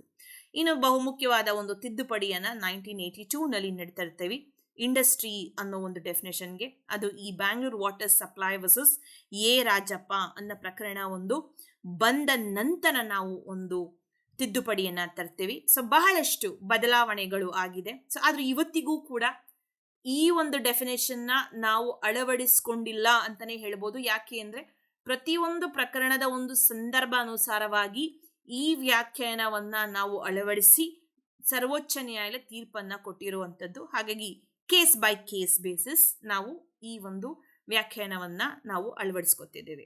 ಸೊ ಇಂಡಸ್ಟ್ರಿ ಅಂತ ಬಂದಾಗ ಕ್ರಮಬದ್ಧ ಕೆಲಸ ಏನು ಬ್ಯಾಂಗ್ಳೂರ್ ವಾಟರ್ ಸಪ್ಲೈ ವೇಸಸ್ ಎ ರಾಜಪ್ಪದಲ್ಲಿ ತ್ರಿಪದಿ ಪರೀಕ್ಷೆಯನ್ನ ನೀಡಲಾಯಿತು, ಅದರ ಅನುಗುಣವಾಗಿ ಈ ಒಂದು ತಿದ್ದುಪಡಿಯನ್ನ ಮಾಡಿದ್ರು. ಸೊ ಅಲ್ಲಿ ಒಂದು ಕ್ರಮಬದ್ಧ ಚಟುವಟಿಕೆ ನಡೀತಿರಬೇಕು, ನಿಯೋಜಕರು ಮತ್ತು ನೌಕರರ ಒಂದು ಸೌಹಾರ್ದತೆಯಿಂದ ನಡೀತಿರಬಹುದು, ಜೊತೆಗೆ ಮನುಷ್ಯನ ಬೇಡಿಕೆ ಅವಶ್ಯಕತೆಗಳನ್ನ ಪೂರೈಕೆ ಮಾಡುವಂತಹ ಚಟುವಟಿಕೆ ಅಲ್ಲಿ ನಡೀತಿರಬೇಕು, ಅದು ಕೈಗಾರಿಕೆ.